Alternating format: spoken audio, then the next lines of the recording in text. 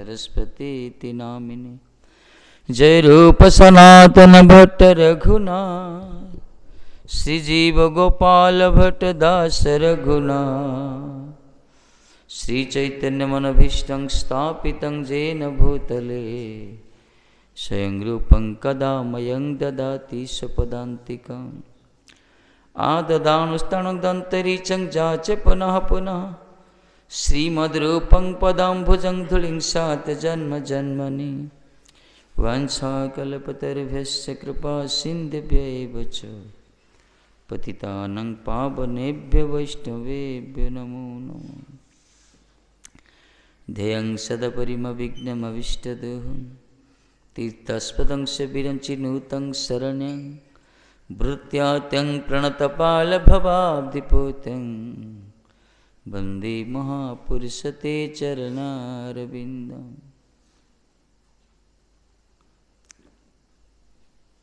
राधा पद्मनना पद्म पद्मभवस्य पूजिता, पद्मे विवेचिता राधा राधैव राध्यते मया। वन्दाभा पीताम्बरधरा बिम्बफलधरोस्तुता, पुण्येन्दुमुखा अरविन्दनेत्रा, कृष्णात् परं किमपि तत्त्वमहं न जाने। कृष्णात् परं किमपि तत्त्वमहं न जाने। कनकमुकुटचूरपुष्पितौ भूषिताङ्गौ, सकलवननिविष्टौ सुन्दरानन्दपुञ्ज, चरणकमलदिभ्यो देवदेवादिसेभ्यो, भज भजतु मनरे राधिका कृष्णचन्द्रौ। तमादिदेवं करुणनिधानं, तमालवर्णं श्वेतावतारम्, अपार संसार समुद्रसेतुं, भजामहे भागवत स्वरूपम्।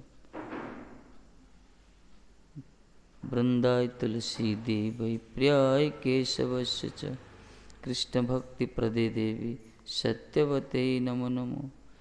नारायणं नमस्तुत्य नरं चैव नरोत्तमं, देवीं सरस्वती व्यासं ततो जयमुदीरये। जय श्री कृष्ण चैतन्य प्रभु नित्यानंद, श्री अद्वैत गदाधर श्रीवासादि गौर भक्तवृंद। हरे कृष्ण कृष्ण कृष्ण हरे हरे, हरे राम राम राम हरे हरे। हरे कृष्ण कृष्ण कृष्ण हरे हरे, हरे राम राम राम हरे हरे।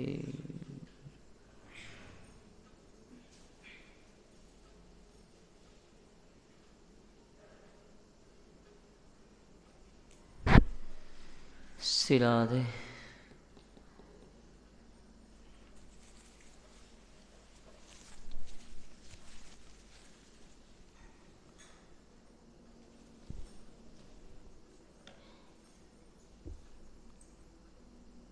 কুড়িয়ে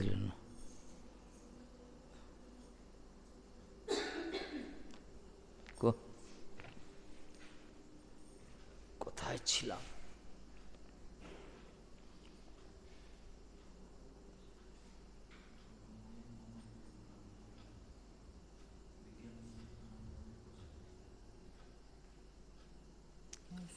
ଗୁଣ ଯେ ମନ୍ତ୍ର ପଢ଼ିଲା ପଢ଼ୁଛ କ'ଣ ଗଣପତି?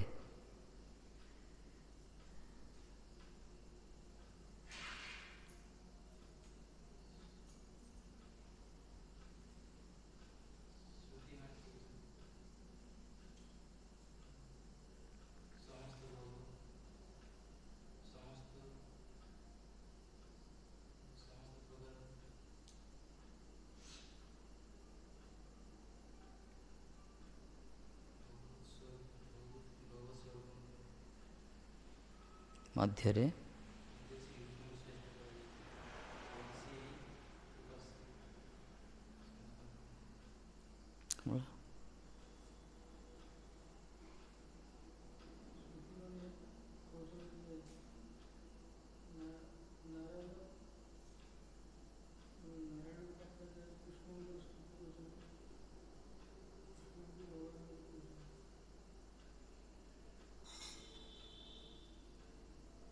କ'ଣ କହିଥିଲେ ନାରଦଜୀ?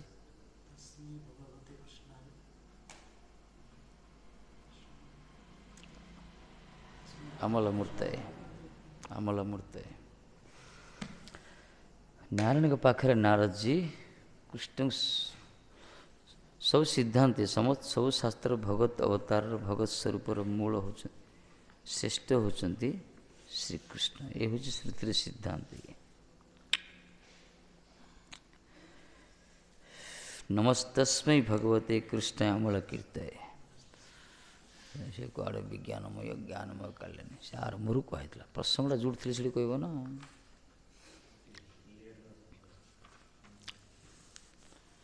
ମନ ତ ପାଣି ଚହଲି ଗଲେ ସ୍ଥିର ହେବା ସମୟ କଷ୍ଟ ଲାଗିବ, ମନ ଚହଲି ଗଲେ ଅସୁବିଧା। କୁହାଯାଇଥିଲା ସବୁକିଛି, କିନ୍ତୁ ଏଇଟା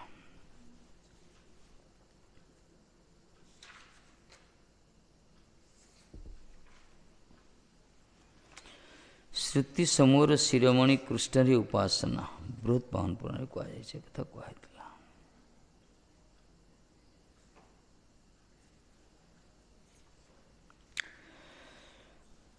ଉଦରମୁପାସତେ ଋଷିବର୍ତ୍ମସୁକୂର୍ପଦୃଶଃ ପରିସରପଦ୍ଧତିଂ ହୃଦୟମାରୁଣୟଦର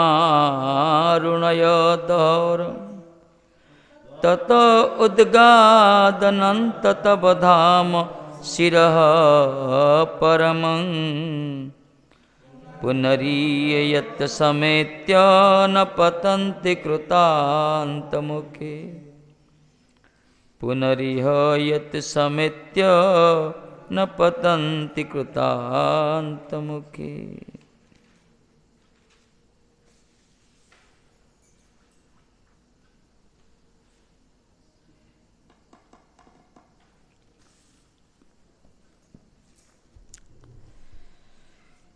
हे अनंत ऋषि वर्त्मसु ऋषीणां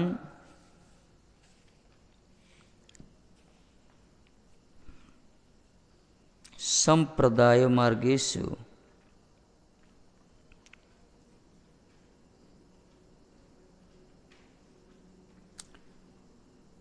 जे कूर्पदृशः स्थूल दृष्टियन्ते उदर आलम्बनं मणिपुरस्थं ब्रह्म उपासते ध्यायन्ति।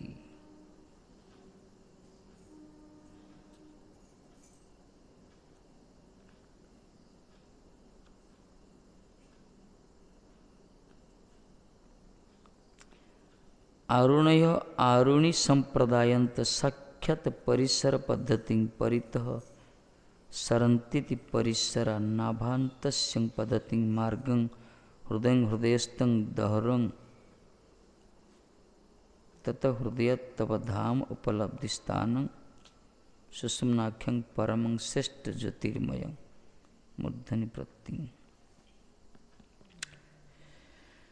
कहते श्लोक रे हे अनंत ऋषि ऋषीणां संप्रदाय मार्गेषु ऋषि संप्रदाय मार्गावलंबी मानकर मध्य जो माने स्थूल दृष्टि संपन्न व्यक्ति माने स्थूल दृष्टि मान बहिर्मुख एमान कौन करती मणिपुर स्थित ब्रह्मेर उपासना करि थांती। आम सब चक्र सब रही से ब्रह्म उपासना कर माने ऋषि संप्रदाय मार्गवलंबी व्यक्ति माने किंतु आरुणि संप्रदाय जावतीय नाड़ी समूहर मार्ग स्वरूप हृदयस्थ ज्ञान शक्तिदायक सूक्ष्म वस्तु उपासना करती।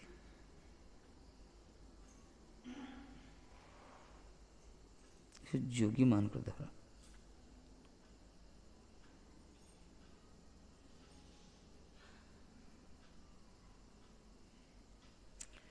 সেই ହୃଦୟ ହଇତେ ଭବଦୀୟ ଉପଲବ୍ଧି ସ୍ଥାନ ସୁଷୁମ୍ନା ନାଡ଼ି ପରମ ଜ୍ୟୋତିର୍ମୟ ମସ୍ତକେ ଅର୍ଥାତ୍ ବ୍ରହ୍ମ ରନ୍ଧ୍ରାଭିମୁଖୀ ଉଦ୍ଗତ ହୋଇଅଛେ।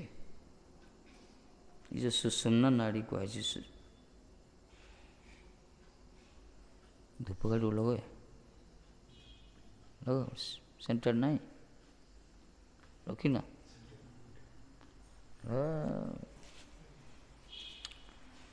ଏ ଗାଁ ଭିତରେ ମଠଟା କରି ଅସୁବିଧା।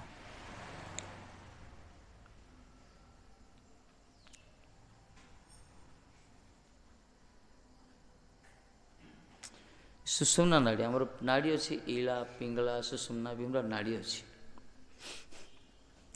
ଏ ସୁଷୁମ୍ନା ନାଡ଼ିର କନେକ୍ସନ୍ ହେଉଛି ଜ୍ୟୋତିର୍ମୟ ଚକ୍ର ମସ୍ତକ ପର୍ଯ୍ୟନ୍ତ, ବ୍ରହ୍ମରନ୍ଧ୍ର ଏଠି ଅଛି। ଏଇ ଯୋଗୀମାନଙ୍କର ଏସବୁ ଉକ୍ତ ସ୍ଥାନ ପ୍ରାପ୍ତ ହେବା ପୁରୁଷ ପୁନରାୟ ମୃତ୍ୟୁ ମୁଖ୍ୟ ଅର୍ଥାତ୍ ଏହି ସଂସାରେ ପତିତ ହୁଏ ନା। ଏପରି ଯେଉଁମାନେ ଧ୍ୟାନ କରନ୍ତି ଯୋଗୀମାନଙ୍କ ଧାରା, ସେମାନେ ମୃତ୍ୟୁ ମୁଖକୁ ଆସନ୍ତିନି। ଏସବୁ କୁଚ୍ଛର ସାଧନ, ଏସବୁ ସାଧନ କରି ଆସୁ କଷ୍ଟ। ପତଞ୍ଜଳି ଯୋଗ ଦେଖୁନ ସବୁ କରୁଛନ୍ତି, ସବୁ କୁଣ୍ଡଳିନୀ ଜାଗ୍ରତ করে ସେମାନେ।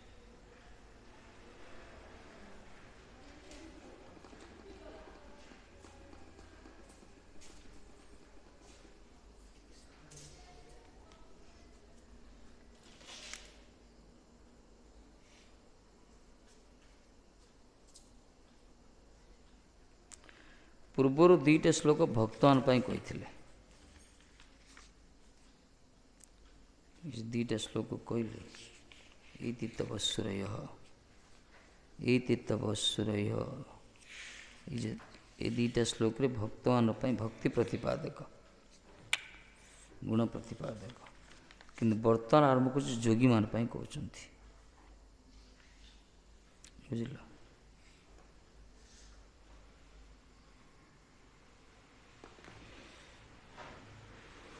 ଭକ୍ତଗଣଙ୍କର ଭଗତ ବିଷୟକ ଭକ୍ତି ବୋଲି ଏହି ଶ୍ଲୋକରେ ଯୋଗୀମାନଙ୍କ ପରମାତ୍ମା ବିଷୟକ ଯୋଗ ବୋଲୁଛନ୍ତି।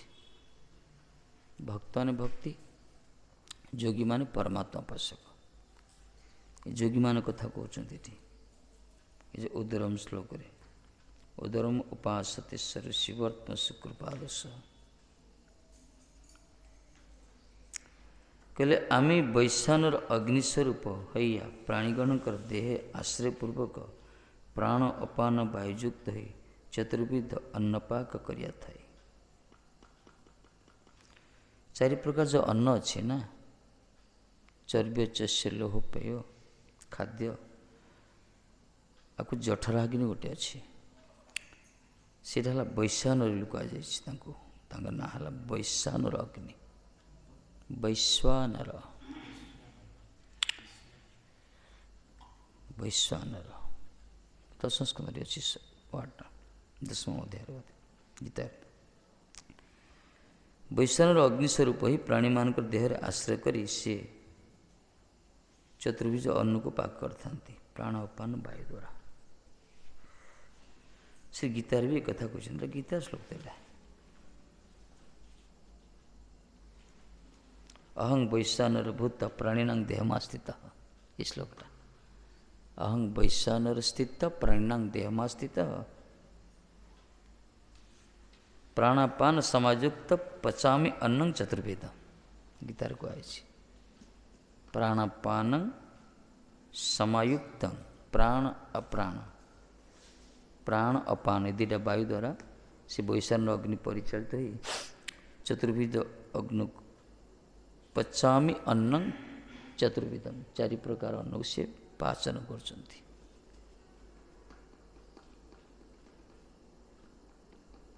ଅଗ୍ନିମନ୍ଦ୍ୟ ବୋଲି କହୁନାହାନ୍ତି କି, ମାନେ ଯାହାର ଏ ଅଗ୍ନି କମିଯିବ ତାର ଅଗ୍ନିମନ୍ଦ୍ୟ ଅଛି, ପାଚନ ହେବନି, ପାଚନ ଶକ୍ତି କମିଯିବ। ଏ ସ୍ଥଳରେ ଉଦର ଶବ୍ଦରେ उदरस्थ वैष्णव नाम को अंतर्जामी क्रिया शक्तिदायक जो मैंने यह उपासना करते ये श्लोक से कहगला कि वैष्णव नाम का अंतर्जामी क्रिया शक्तिदायक यानी वैष्णव शक्ति को उपासना करछन्ति तारा ऋषिगणकर मार्ग कृपदृश्य कृप अर्थात शर्करा वा रजचक्षुते जो मानकर तार धूଳି आच्छादित दृष्टि अर्थात स्थूल दृष्टि संपन्न से माने स्थूल दृष्टि संपन्न ऋषि संप्रदाय माने स्थूल दृष्टि संपन्न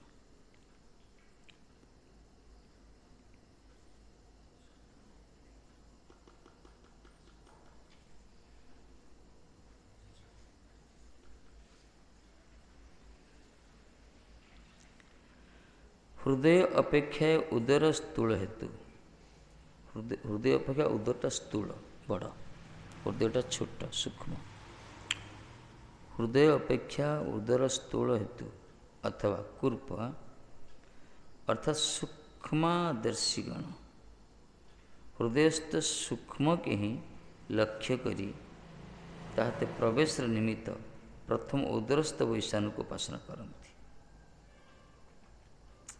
एमाने हृदय जो सूक्ष्म तत्व रही हृदयस्थ सूक्ष्म को लक्ष्य करी से प्रवेश करने प्रथमे उदरस्थ वैशाणु को उपासना करते ये जो वैशाणु शक्ति भगवान का जी की चारि प्रकार अन्न को पाचन करती उपासना करती अरुण आदि ऋषिगण हृदय स्थित जीवर अंतर्जामी को बुद्धि आदि प्रवर्तन द्वारा ज्ञान शक्तिप्रद दुर्ग हेतु सूक्ष्म चतुर्दिग विस्तृत है अतएव परिसर नाड़ी समूह से पथे ए स्थल प्रसरण स्थान बोलते हृदय विशेषण विशेषण देवा से हृदय होते आ गोटे अरुणी संप्रदाय गोटे ऋषि मैंने एमान करती से सुषुम्ना नाड़ी जो कहगला तार उपासना करती जोटा कि ब्रह्मरंध्र सहित कनेक्ट संबंध अच्छी ये सब जोगी मान क्रिया सब से जानती को चक्र प्राण को धारण करिए ब्रह्मरंध्र देव त्याग करिए प्राणटा से निज इच्छा अनुसार चेतन शक्ति को इच्छा अनुसार संस्थित करिए विभिन्न प्रकार चक्र रही आमर विशेषकर मेरुदंड जो कह विभिन्न प्रकार चक्र रही पूरा मणिमय चक्र आरंभ कर ब्रह्म रंध्र सब चक्र रही से स्थापन करें प्राणटा जोगी मान कर ये सब विचार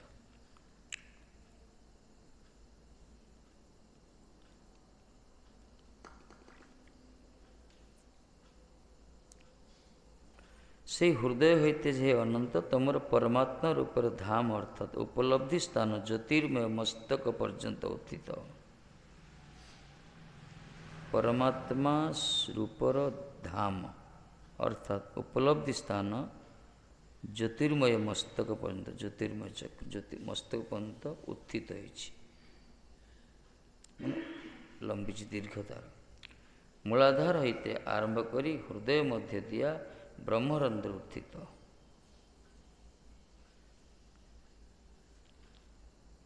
हृदय देकर ब्रह्मरंध्र पर्यंत उत्थित धामय स्थल तीनटी होइछिल यही प्रकृत अर्थ जहाँ सहित मिलित हो मस्तक स्थित परम धाम प्राप्त हो पुनराय यही संसार पतित हुआ ना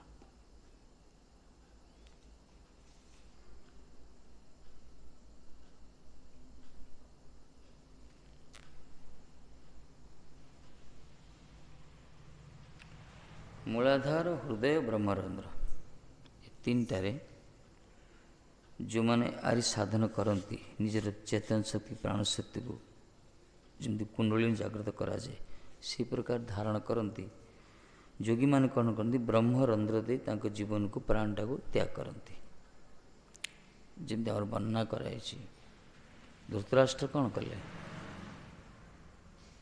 विदुर जी सम्मुख धृतराष्ट्र कौन कले निजे जोगाग्नि द्वारा शरीरटा जोगाग्नि द्वारा जोग अग्नि प्रकट है से जोगी मान कौन करती ब्रह्मरंध्र प्राणटा को त्याग करती ब्रह्मरंध्र मस्तिष्क जाइए ମୂଳାଧାର ମେରୁଦଣ୍ଡ ପାଖରେ ରହିଛି। ସେ ପ୍ରାଣରୁ ସେମାନେ ଧୀରେ ଧୀରେ ଧୀରେ ଉତ୍ଥିତ ଉଠାନ୍ତି। ଏଇଟା ଏମାନଙ୍କୁ ଉର୍ଦ୍ଧ୍ୱରେତା କୁହାଗଲା। ଉର୍ଦ୍ଧ୍ୱରେତା ଯେଉଁମାନଙ୍କର ଓଜସ୍ ଶକ୍ତି ବୀର୍ଯ୍ୟ ଶକ୍ତି ଯାହା କୁହାଗଲା, ସେମାନେ ଉର୍ଦ୍ଧ୍ୱକୁ ଯିବ। ସେଇଟା ସାଧାରଣତଃ ତାର ଧର୍ମ ହେଉଛି ନିଚକୁ ଯାଏ, କିନ୍ତୁ ଉର୍ଦ୍ଧ୍ୱକୁ ନିଅନ୍ତି ସେମାନେ, ଜାଗ୍ରତ କରାନ୍ତି। ଯୋଗୀମାନଙ୍କ କ୍ରିୟା ସବୁ ସେମାନେ ନିଜ ଇଚ୍ଛା ଅନୁସାରେ ପ୍ରାଣଟାକୁ ସ୍ଥାପନ କରିବେ କେଉଁ ଗୋଟେ ଚକ୍ରରେ, ଚେତନ ଶକ୍ତିରେ। ଶେଷରେ ସେମାନେ ବ୍ରହ୍ମରନ୍ଧ୍ରଟି ତ୍ୟାଗ କରିବେ। ପ୍ରାୟ ଲୋକମାନଙ୍କ ମଣିଷମାନଙ୍କ ପ୍ରାଣ କୋଉ ଯାଏ? ଆଖି ବାଟେ, କାନ ବାଟେ, ପାଟି ବାଟେ ଯାଏ, ବା ମୂଳଦ୍ୱାର ବାଟେ ଯାଏ। ପ୍ରାୟ ମୂଳଦ୍ୱାର ବାଟେ ଯାଏ। ସେଥିପାଇଁ ଲୋକମାନେ ଶେଷ ଦେଖନ୍ତି ଝାଡ଼ା ପରିସ୍ରା ହେଇକି ମରନ୍ତି ସବୁ, ପ୍ରାୟ ଭୟଭୀତ ହେଇକି। ସଂସାର କ୍ଲିଷ୍ଟ ଜୀବମାନେ ସେ ଯମଦୂତ ଦେଖି ଭୟଭୀତ ହେଇକି ଝାଡ଼ା ପରିସ୍ରା କରି ବୁଡ଼ାନ୍ତି, ମରୁଛନ୍ତି। ସେ ମୂଳଦ୍ୱାର ବାଟେ ଯାଏ। କେତେ ଭୟଭୀତ ହେଇକି ଦେଖି ଆଖି ବାଟେ ଯାଏ ସେମାନେ, ଯମଦୂତ ଦେଖୁଛନ୍ତି ଭୟଭୀତ ହେଇଯାନ୍ତି। କେତେ ହାଁ କରି ପାଟି ବାଟେ ପଳାଏ, ପାକୁଆ ପାଟି ବାଟେ। କିନ୍ତୁ ଯୋଗୀମାନଙ୍କର ଏସବୁ ଦ୍ୱାର ବାଟେ ଯିବନି, ବ୍ରହ୍ମରନ୍ଧ୍ର ବାଟେ ତ୍ୟାଗ କରନ୍ତି। ସେମାନେ ଏମାନଠୁ ବିଲକ୍ଷଣ। ସେମାନେ ସଂସାର କ୍ଲିଷ୍ଟ ବଦ୍ଧ ଜୀବ ଅପେକ୍ଷା ସେମାନେ ନିଜର ଶକ୍ତିଟାକୁ ସେମାନେ ବ୍ରହ୍ମରନ୍ଧ୍ରରେ ତ୍ୟାଗ କରନ୍ତି। ଏଥିପାଇଁ ସେମାନେ ପୁନରାଗମନ ନାହିଁ ଜଗତକୁ। କୁହାହେଲା ମୃତ୍ୟୁ ମୁଖରେ ସେ କ'ଣ କରି ଆସନ୍ତି, ସେମାନେ ପୁନରାୟ ଏହି ସଂସାରରେ ପତିତ ହୁଅନ୍ତିନି। ଏ ସାଧନା ବଡ଼ କଷ୍ଟ। ଏଇଟା ସବୁଠୁ ବଢ଼ିଆ ଭଜନ ମାର୍ଗ, ଭକ୍ତି ମାର୍ଗ। କିନ୍ତୁ ଏଇ ପଥରେ ଯେଉଁମାନେ ଯାଉଛନ୍ତି ନା, ସେମାନେ ଏଇ ପଥକୁ ଆସିବା ବଡ଼ କଷ୍ଟ। ଭକ୍ତି ମାର୍ଗ ଏଥିରେ ଗୋଟେ ଆନନ୍ଦ ମିଳେ। ଯୋଗୀମାନେ ଯେତେବେଳେ ଧ୍ୟାନ ପଦ୍ମାସନରେ ବସିବେ ବା ଯୋଗାସନରେ ବସିବେ, ମନକୁ ଧ୍ୟାନ କରିବେ, ମନଟାକୁ ତାଙ୍କ ପ୍ରାଣଟାକୁ ସେମାନେ କ'ଣ କରିବେ? ସମସ୍ତ ଇନ୍ଦ୍ରିୟକୁ ପୁରା ସଂସାର ନିବୃତ୍ତ କରି ଗୋଟେ ବିନ୍ଦୁ ଉପରେ ସେମାନେ ରଖିବେ। ବଡ଼ ଇଏ ସାଧନା ସେ ଗୋଟେ। ସେ ପୁରା ଧ୍ୟାନସ୍ଥ ହେଇଯିବେ। ଘଣ୍ଟା ଘଣ୍ଟା ଦିନ ସାରା ବିତିଯିବ, ରହିଯିବେ ସେମିତି ପୁରା। କେତେ ଘଣ୍ଟା ଘଣ୍ଟା ରହିଯାନ୍ତି ପୁରା ଧାରଣ କରିକି। ତାଙ୍କର ଯେଉଁ ଶକ୍ତି ନା, ଚେତନ ଶକ୍ତି, ଜୀବନୀ ଶକ୍ତି, ପ୍ରାଣ ଶକ୍ତି, ସେଟାକୁ ସେମାନେ ନିଜ ଇଚ୍ଛା ଅନୁସାରେ ଉଠେ, ଉପରକୁ ଉପରକୁ ଉଠେ, ନିଜ ଇଚ୍ଛା ଅନୁସାରେ ଧାରଣ କରିବେ। ଯେଉଁ ଚକ୍ରରେ ରଖିପାରିବେ ସେମାନେ, ସେଥିରେ ଗୋଟେ ଆନନ୍ଦ ମିଳେ। ଏ ଯେଉଁ କୁଣ୍ଡଳିନୀ ଶକ୍ତି ଜାଗ୍ରତ ଯେଉଁ କୁହାଗଲା ଯୋଗଶାସ୍ତ୍ରରେ, ସେ ସବୁଠୁ ମାନେ ଅବଶ୍ୟ ଏଇଟା ଅନୁଭବ କଲେ ବୁଝି ହେବ, ବେଶୀ ସୁଖ ଅଛି ସେଥିରେ, ବହୁତ ସୁଖ ଅଛି। କୁଣ୍ଡଳିନୀ ଶକ୍ତି ମାନେ କ'ଣ? ପ୍ରାଣ ଶକ୍ତିଟା ଓଜ ଶକ୍ତି ନା, ବୀର୍ଯ୍ୟ ଶକ୍ତି ଯାହା କୁହାଗଲା, ସେ ଗୋଟେ ଶକ୍ତି ଗୋଟେ। ସେଟାକୁ ସେମାନେ କ'ଣ କରନ୍ତି? ଊର୍ଦ୍ଧ୍ୱଗାମୀ କରାନ୍ତି। ମେରୁଦଣ୍ଡ ଭିତରେ ପଟେ ସିଝିବ, ସବୁ ଚକ୍ର ଭିତରେ ସେଥିରେ ଶରୀର ଭିତରେ ଗୋଟେ ଅଲଗା ପୁଲକ ଆସିବ, ଗୋଟେ ରୋମାଞ୍ଚ ଆସିବ, ଗୋଟେ ସେ ଗୋଟେ ଅଲଗା ଆନନ୍ଦ ଗୋଟେ। ସେଥିପାଇଁ ଶରୀରଟା ସୂକ୍ଷ୍ମ ହେଇଯାଏ, ସେମାନେ ଉପରକୁ ଉଠନ୍ତି ଯୋଗୀମାନେ। କିନ୍ତୁ ଆମମାନେ ସବୁ ତଳକୁ କାହିଁକି ଅଛି? ଆମର ସେ ଶକ୍ତି ନିମ୍ନଗାମୀ, ଆମର ସେ ସଂଯତ ନାହିଁ। ଏଥିପାଇଁ ଆମେ ସବୁ ତଳେ ରହିଛେ। ଆମେ ଉପରକୁ ଗଲେ ତଳେ ପଡ଼ି ଯାଉଛେ। କିନ୍ତୁ ଯୋଗୀମାନେ ହାଲକା ଶରୀରଟା ହାଲକା କରିଦିଅନ୍ତି, ସେ ଶକ୍ତି ଯେଉଁମାନେ ପ୍ରକଟ କରନ୍ତି ଉର୍ଦ୍ଧ୍ୱକୁ, ତାଙ୍କର କ୍ରିୟା ଏଇଟା। କିନ୍ତୁ ଭକ୍ତି ମାର୍ଗରେ ଏସବୁର ଆବଶ୍ୟକତା ନାହିଁ। ଅବଶ୍ୟ ସଂଯମତା ରହିଛି, ଭଜନ ଦରକାର। ଯୋଗୀମାନଙ୍କୁ ଏଇସବୁ ଏଇ ଲାଇନ୍ରେ ଯେଉଁମାନେ ଯାଆନ୍ତି, ସେମାନେ ଏଇ ପଥକୁ ଆସିବାଟା କଷ୍ଟ ହେଇଯାଏ। ସେଥିରେ ଆନନ୍ଦ ମିଳେ ତାଙ୍କୁ। ବାସ୍ ବସି ପଡ଼ିବେ, ପୁରା ଆଖି ବନ୍ଦ କରି ଧ୍ୟାନ କରି ନିଜ ମନଟାକୁ ନିଜ ସେ ରଖିବେ ଗୋଟେ ଧାରଣ କରିକି। ସେଥିରେ ଗୋଟେ ଅଲଗା ଆନନ୍ଦ ମିଳେ। ବିଷୟାନନ୍ଦ, ତାପରେ ବ୍ରହ୍ମାନନ୍ଦ, ତାପରେ ପରମାନନ୍ଦ ଯେଉଁ କୁହାଯାଇଛି। ବ୍ରହ୍ମାନନ୍ଦ ଗୋଟେ ମିଳେ ତାଙ୍କୁ ସବୁ ଯୋଗୀମାନଙ୍କର। ବ୍ରହ୍ମାନନ୍ଦ ଅପେକ୍ଷା ପରମାତ୍ମା ଯୋଗୀମାନେ ଯେଉଁ ସାଧନ କରନ୍ତି, ଏସବୁ ଏ ବି ବହୁତ ଆନନ୍ଦ। ଆମର କଲିକତାରେ ଜଣେ ଭକ୍ତ ଅଛନ୍ତି, ପ୍ରାୟ ମାୟାପୁର ମନ୍ଦିରକୁ ଆସୁଥିଲେ ମାତାଜୀ ଜଣେ। ତାଙ୍କର ସିଏ ହେଉଛନ୍ତି ହରିଦ୍ୱାରରେ ଗୋଟେ ଯୋଗୀ ସମ୍ପ୍ରଦାୟର ଭକ୍ତ। ତାଙ୍କର ଗୁରୁ ସେପଟେ, ତାଙ୍କର ସେମାନଙ୍କ ସହିତ ସମ୍ବନ୍ଧ। କିନ୍ତୁ ସଂସ୍କାର ଥିଲା ବୋଧେ ଏଇ ପଥକୁ ପଳା ଆସିଲେ। ତାଙ୍କର ଗୋଟେ ସଂସ୍କାର, ସେଥିରୁ ସେ ଆଶ୍ରିତ। ତାଙ୍କରି ଗୁରୁ ଭାଇ ସବୁ ରହିଛନ୍ତି। କିନ୍ତୁ ମାୟାପୁର ସହିତ ଆଟାଚମେଣ୍ଟ ହେଲା, ଆମ ମନ୍ଦିର ସହିତ ଆସିଲେ, ବାସ୍ ଦିଆ ନିଆ କଲେ, ରହିଲେ, ଚାଲିଲା। ତାପରେ ସେ ଥରେ କହୁଥିଲେ ତାଙ୍କ ଗୁରୁ ଭାଇ ଜଣେ ଆସିଥିଲେ, ସକାଳୁ ବସି ପଡ଼ିଲେ ଘର ରୁମ୍ ଭିତରେ, କହିଲେ ମୋତେ ଡିଷ୍ଟର୍ବ କରି, ମୁଁ ଅଛି ଧ୍ୟାନ କରୁଛି। ଇଏ ଭାବିଛନ୍ତି ଇଏ ରୋଷେଇ ଜଳଖିଆ ରୋଷେଇ କଲେ, ଯାଇ ଦେଖୁ ତାର ଧ୍ୟାନ ଭାଙ୍ଗିନି। ମଧ୍ୟାହ୍ନ ଆସିଗଲା, ଲଞ୍ଚ ମଧ୍ୟାହ୍ନ ରୋଷେଇ କଲେ ଖାଇବେ ବୋଲି, ସେ ଦେଖିଲେ ସେ ଧ୍ୟାନରେ ଆଉ ଡିଷ୍ଟର୍ବ କରିପାରୁନାହାନ୍ତି। ତାପରେ ରାତି ବି ରୋଷେଇ କଲେ, ସେ ବସିଛନ୍ତି ଖାଲି ଦିନ ଯାକ ବସିଛନ୍ତି। ଇଏ ଶେଷରେ କହିଲେ ତାଙ୍କର ପ୍ରକୃତିରେ ସେ ଲୋକଟା ଧ୍ୟାନ କରୁଛନ୍ତି ଏତେ ସମୟ ନା ବଞ୍ଚିଛନ୍ତି ନା, ମୋତେ ଡାଉଟ୍ ଲାଗିଲା ମହାରାଜ ଏମିତି କହୁଥିଲେ। ତାପରେ ରାତି 10ଟା ନା 11ଟାରେ ତାଙ୍କ ଧ୍ୟାନ ଭଗ୍ନ ହେଲା। ସକାଳୁ ବସି ଏତେ ସମୟ ପର୍ଯ୍ୟନ୍ତ ସେ ପୁରା ସେ ମାର୍ଗ, ସେଥିରେ ଗୋଟେ ଆନନ୍ଦ ମିଳେ ତାଙ୍କୁ। ଭଜନରେ ବି ମାର୍ଗ ଅଛି, ଯେଉଁମାନେ ହରିଭଜନ କରନ୍ତି, ଜପ କରନ୍ତି ମହାତ୍ମା ମାନେ, ସେମାନେ ଆଠୁ ତ ଆହୁରି କରୋଡ଼ ଗୁଣରେ ଆନନ୍ଦ ପାଆନ୍ତି। ଇଏ ତ କିଛି ନୁହେଁ। ମହାତ୍ମା ମାନେ ଯେଉଁ ସମାଧିସ୍ଥ ଯାଆନ୍ତି ଧାରଣ କରିକି, ଡୁବି ଯାଆନ୍ତି ପୁରା 3 ଦିନ 4 ଦିନ, ସିଦ୍ଧ ଭାବ ପୁରା ଡୁବିଗଲେ ପୁରା 3 ଦିନ ଚାହୁଁଛନ୍ତି ଜୟପୁର ରାଣୀଙ୍କୁ। ବାସ୍ ଜୟପୁର ରାଣୀ ଯେତେବେଳେ ଆସିଲେ ନା ନୂପୁର ଝୁନଝୁନ କରିକିରି, ସେତେବେଳେ ସିଦ୍ଧ ବାବାଙ୍କର ମନେ ପଡ଼ିଲା ସାକ୍ଷାତ ସ୍ୱାମୀଜୀ ଆସିଛନ୍ତି। ବାସ୍ ଆଖି ବିସ୍ଫାରିତ ନେତ୍ରରେ ଚାହିଁଲେ, ଚାହୁଁଛନ୍ତି ସେ ବିଚାରି ଲଜ୍ଜିତ ହେଇ ପଡ଼ିଲେ। ଏତେ ବଡ଼ ସିଦ୍ଧ ବାବା ଦର୍ଶନ କରିବାକୁ ଆସିଲେ, ଇଏ କ'ଣ ମୋତେ ଆଖି ଚକ୍ଷୁ ବିସ୍ଫାରିତ କରି ଚାହୁଁଛନ୍ତି? ସେ ଲଜ୍ଜିତ ହେଇ ପଳେଇଲେ, ରଜାଙ୍କୁ ଖବର ଦେଲେ। ରଜା କୌତୂହଳ ଅବସ୍ଥା ଅପେକ୍ଷା କଲେ, ଘଟଣା କ'ଣ? ଏତେ ମହାତ୍ମା ଦେଇ ଦେବା କଥା ନାହିଁ, ମହାତ୍ମା ତ ଚିତ୍ତ କେବେ ବିକ୍ଷିପ୍ତ ହେବନି, ବିକୃତ ହେବନି। ଏତେ ବଡ଼ ମହାତ୍ମା ତ ଚାହିଁବାଟା ମିଛ ନୁହେଁ, ଚାହୁଁଛନ୍ତି। 3 ଦିନ ପରେ 62 ଘଣ୍ଟା ପରେ ତାଙ୍କର ସେନ୍ସ ଆସିଲା, ମାନେ ଚାହୁଁଛନ୍ତି, ଖାଲି ଚାହୁଁଛନ୍ତି। ରଜା ବି ଟେଣ୍ଟ ପକାଇ ରହିଲେ ସେଠି, ଘଟଣା କ'ଣ ଜାଣିବା ପାଇଁ। ପ୍ରଚାର ହେଇଗଲା ବ୍ରଜରେ, ଆରେ ମହାତ୍ମା। 3 ଦିନ ପରେ ତାଙ୍କର ପଲକ ପଡ଼ିଲା, ଚାହୁଁଛନ୍ତି। ତାପରେ କହିଲା, ଆରେ ବୁଲାଅ ମହାରାଣୀକୁ, ବୁଲାଅ ମହାରାଣୀ, କାହିଁକିନା ଆଦେଶ ଦେଇଥିଲେ ତ ମହାରାଣୀକୁ ନେଇ ଆସ। ରାଜା ଆଶ୍ଚର୍ଯ୍ୟ ହେଲେ, କହିଲେ ବାବା ମହାରାଣୀକୁ ଆମେ ଦେଖିନାହାନ୍ତି। ଆରେ କେଉଁଠି ଦେଖିବୁ, ମୁଁ ତ ଦେଖିନି, ମୁଁ ତ ଅପେକ୍ଷା କରିଛି, ବସିଛି ବର୍ତ୍ତମାନ, ତୁମେ ଆସିଲେ କେତେବେଳେ ଆସିଲେ ପଚାରୁଛନ୍ତି। 3 ଦିନ ବିତିଗଲାନି। ସେତେବେଳେ ସମସ୍ତେ ଅନ୍ନ କଲେ, ବା ପ୍ରଥମେ ଆପଣ କେଉଁଠି କ'ଣ ଚିନ୍ତନ କରିଥିଲେ କୁହନ୍ତୁ। ସବୁ ଅନ୍ନ ବିନ୍ନ କଲେ। ସେ କହିଲେ, ବାସ୍ ମୋତେ ଖାଲି ଶୁଭିଲା ଯେତେବେଳେ ସେ ତାଙ୍କ ଚରଣରେ ନୂପୁର ଧ୍ୱନି ନା, ମୋର ତ ମନ ପ୍ରାଣ ଇନ୍ଦ୍ରିୟ ସବୁକିଛି କିଶୋରଜୀଙ୍କ ଚରଣରେ ଅଭିନିବେଶ ହେଇଗଲା। ବାସ୍ ମୁଁ ସେଇଟା ହିଁ ଦେଖୁଛି, ସ୍ୱାମିନୀଙ୍କର ସେ ଶ୍ରୀଚରଣ କମଳକୁ। ବାସ୍ ସେଇଠି ମୋ ମନ ଲାଖି ଯାଇଥିଲା। ମୁଁ ଜାଣିନି କେତେ ସମୟ ବିତି ଯାଇଛି, ଏ ଭିତରେ 3 ଦିନ ବିତିଗଲାନି। ଏ ହେଉଛି ଭଜନର ମାର୍ଗ। ରାଜା ଆଶ୍ଚର୍ଯ୍ୟ ହେଲେ, ପୁରା ଚରଣ ତଳେ ପଡ଼ିଗଲେ। ମନ ଭିତରେ ବହୁତ ତାଙ୍କର ଆସିଥିଲା, ଭାବନା ଆସିଥିଲା, ଏତେ ବଡ଼ ମହାତ୍ମା କେମିତି ଦେଖୁଛନ୍ତି, କାହିଁକି ଦେଖୁଛନ୍ତି, ଦେଖିବା କଥା ନୁହେଁ, ଦୁନିଆ ଭାବନା ଆସିଥିଲା। କିନ୍ତୁ ପରେ ଦେଖିଲେ, ଆରେ ମହାରାଜ,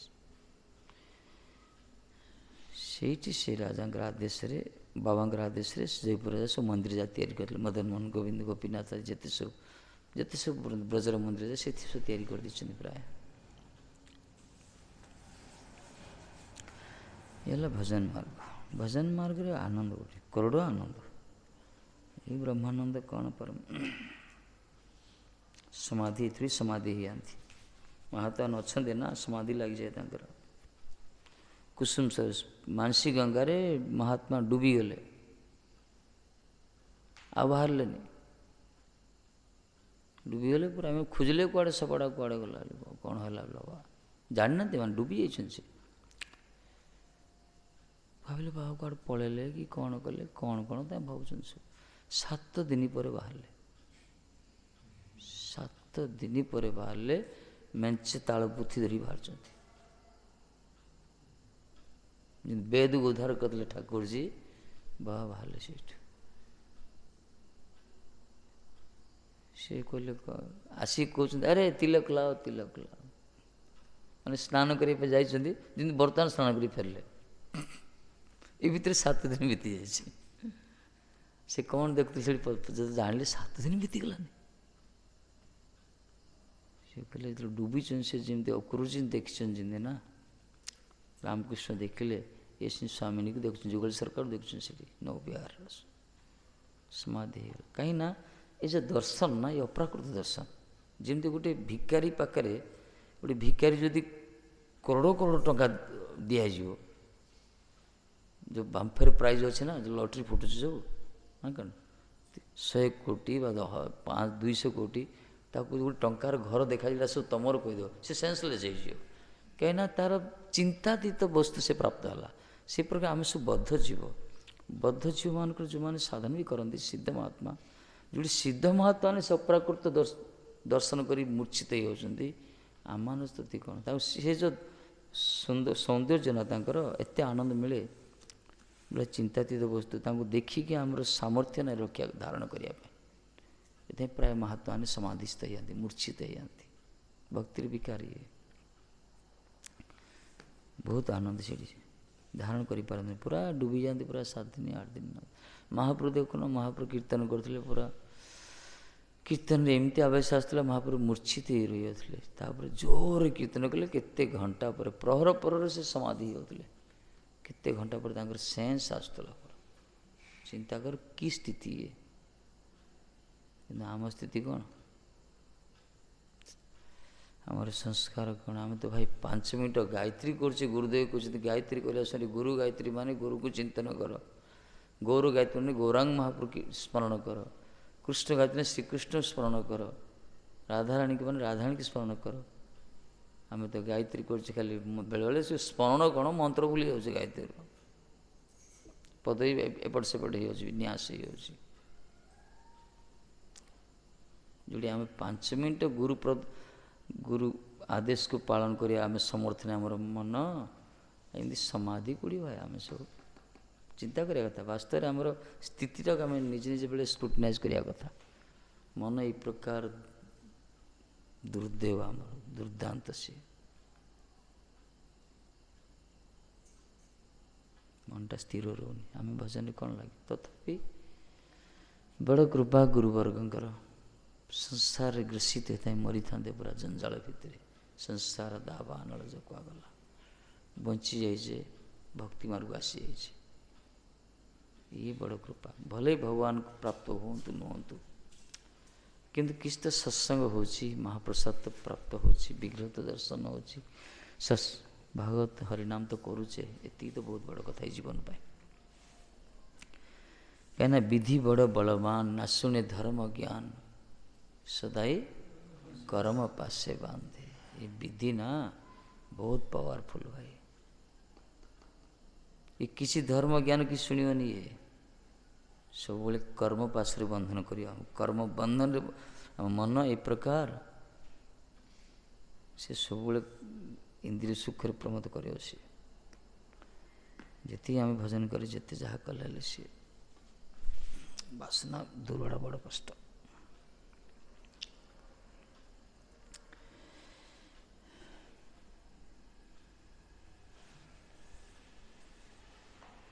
ତଥାପି ଗୁରୁ ଭଜନ କରୁଛେ, ବାସ୍ ଭିତରେ ଡୁବି ରହିଛେ, ଧୀରେ ଧୀରେ ମଙ୍ଗଳ ହେବ, ସଂସ୍କାର ହେବ।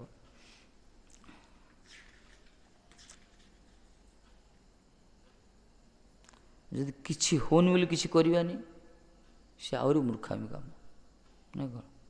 ହଁ ମୋ ଦ୍ୱାରା ହେବନି ଭଜନ କୀର୍ତ୍ତନ ବୋଲି ଛାଡ଼ିଦେବା, ବୋଲେ ଡୁବିବା, ପୁରା ସଂସାରକୁ ଆଉଥରେ ଯିବା, 84 ଲକ୍ଷ ଜନ ଭିତରେ ଘୁରିବା, ପଶୁ ପକ୍ଷୀ କୀଟ ପତଙ୍ଗ ହେଇକିରି। ବରଂ କିଛି ନ ହେଉ ପଛେ, ଆଗକୁ ନ ଯାଉ ପଛେ, ଗାଡ଼ି କିନ୍ତୁ ପଛକୁ ନ ଆସୁ, ବାସ୍। ଉଠୁ ନ ଉଠୁ, ଉଠାଣି ନ ଉଠୁ, କିନ୍ତୁ ଡାଉନ୍ ତଳକୁ ନ ଗଡ଼ୁ, କ୍ଲଚ୍ ଧରିକି ରହିଯାଉ ଗାଡ଼ିଟା ପଥେଇଠି, ଏଇ ଜୀବନ ପାଇଁ। ଏଥିରେ ବି କଲ୍ୟାଣ ଅଛି ଆମର। ଉଠିବା ପାଇଁ ଚେଷ୍ଟା କରିବା ଦରକାର, ମନା ନାହିଁ। ଆମେ ତ ନିଜେ ଉଠିପାରିବାନି, କେଶ ଧରି ମରେ କରେ ପାର, ଗୁରୁ ବୈଷ୍ଣବ ଆମକୁ ଉଠିବେ, ଆଉ କେହି ଉଠି ପାରିବାନି। ନିଜ ଦ୍ୱାରା ଆମେ ଉଠିପାରିବାନି, ଅସମ୍ଭବ ଏ ମାର୍ଗ।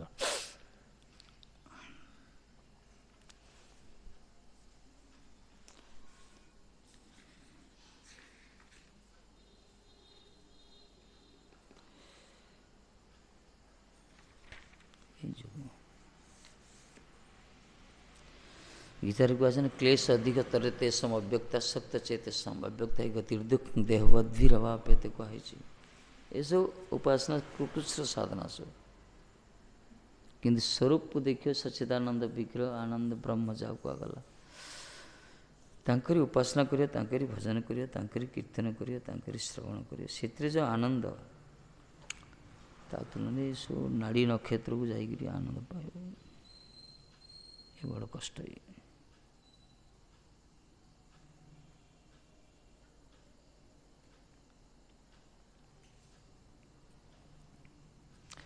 हृदय भितर 101 नाड़ी अच्छी, 101 नाड़ी अच्छी हृदय रे।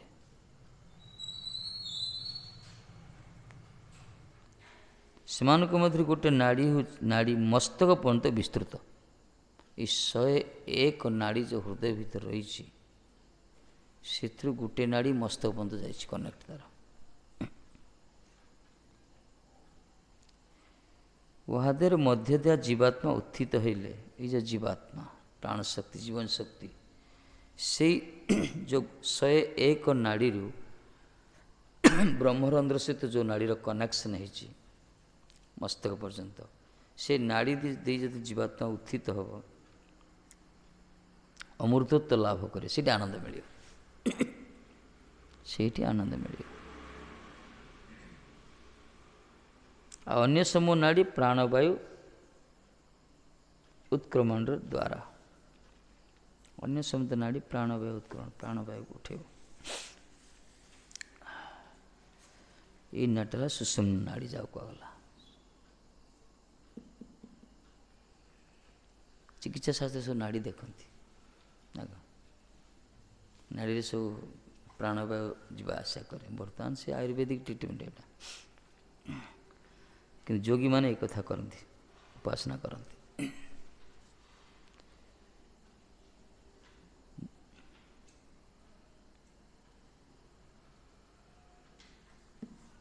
ये अद्भुत मार्ग एमा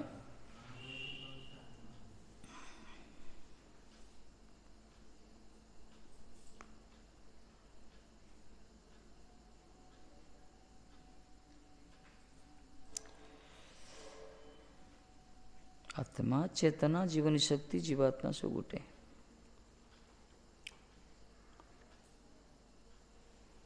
माने निजर इच्छा अनुसार प्राणवायुटा को कांड नुह कांड गाड़ कर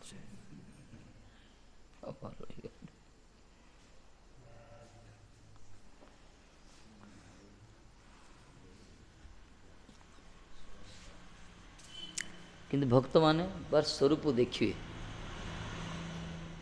भक्त माने ठाकुर को देखिए पूरा, बस ठाकुर आसिए पूरा आसिए, हाथ धरिकी ने रथरे बसैबे, कूल बसैबे।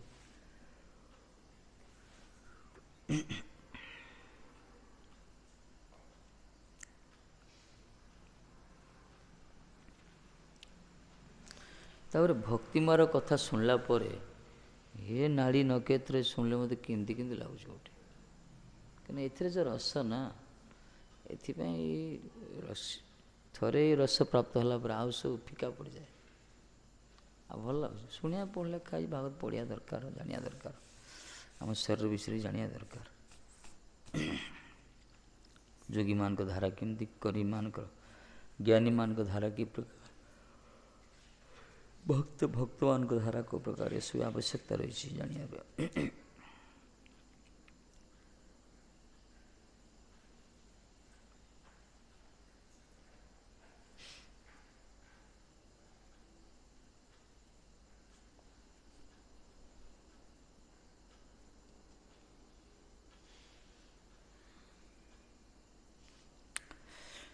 स्वकृत विचित्र जोनिष विसन्निव हेतुतया तरत्तमतश्चकाशस्यनालभत सकृतानुकृतिः अथ वितथा समस्सो विततं तव धाम समं विरजधियो नुयन्तभि विपन्य वये करसं। हे देव, सकृत विचित्र जोनिषु स्वयं कृतासु विचित्रासु उच्च नीच मध्यमासु जोनिषु अभिव्यक्ति स्थानेषु कार्येषु देहादिषु हेतुतया उपमानतया विषम इव प्रागेव विद्यमानतेन मुखाप्रवेश संभवात्। कहले हे देव आपण सकृत विचित्र उच्चनीच मध्यम जोनि अर्थात अभिव्यक्ति स्थान देह आदि रे उपादान रूप रे प्रविष्टर न्याय वर्तमान रही सेमान ताहादेर अनुकरण सहकारे काष्ठभेद रे तारतम्य अनुसारे प्रकाशवान अग्नि न्याय यही सकल स्थान भेद रे तारतम्य क्रम रे प्रकाशित होचंती। उच्च नीच मध्यम तीन प्रकार रही।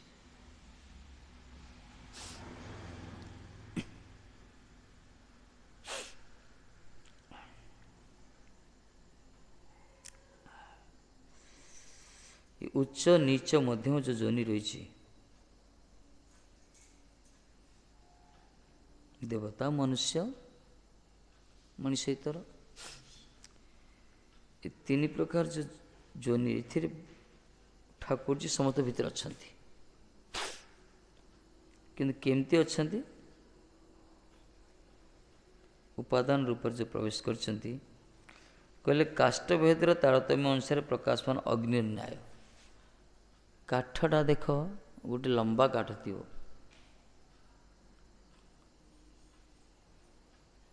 लंबा काठ गोटे थी गोटे काठ पूरा मुड़ी मुड़िका काठ थी गोटे राउंड काठ थी तीन टा काठ अग्नि जलाया दूर देखले के देखा जाओ गोटे अग्नि सीधा देखा गोटे अग्नि वर्तुलाकार देखा आ गोटे अग्नि मुड़ी मुड़िका देखा दूर देखा तब कौन अग्नि कौन बंका अग्नि तो बंका नुहे अग्नि कौन गोलाकार सेमती नुहे कि दृश्यमान हो अग्नि से प्रकार से प्रकार भगवान स्वरूप रही कि शरीर अनुसार से रोचंदी पशु पशु कुकर भितर थे बाहर देखला से गोटे कुकर मनीष होते मनीष किंतु भगवान सेमती नुहति भगवान के स्वरूप अग्नि जो तत्व तो एक समस्त भीतर भगवान एक रोचंदी किंतु बाहर को अनुभव हो से प्रकार अग्नि न्याय ऐसकल स्थान भेद तारतम्य प्रकाशित होती अतएव यह लौकिक एवं पारत्रिक फलाकांक्षा रहित निर्मल चित्त पुरुषगण ए समस्त मिथ्याभूत जोनि समूह मध्य जहाँ तुल्य भाव अवस्थित तादृश भवदीय सन्मात्र स्वरूप को ही सत्य रूपे अवगत होता।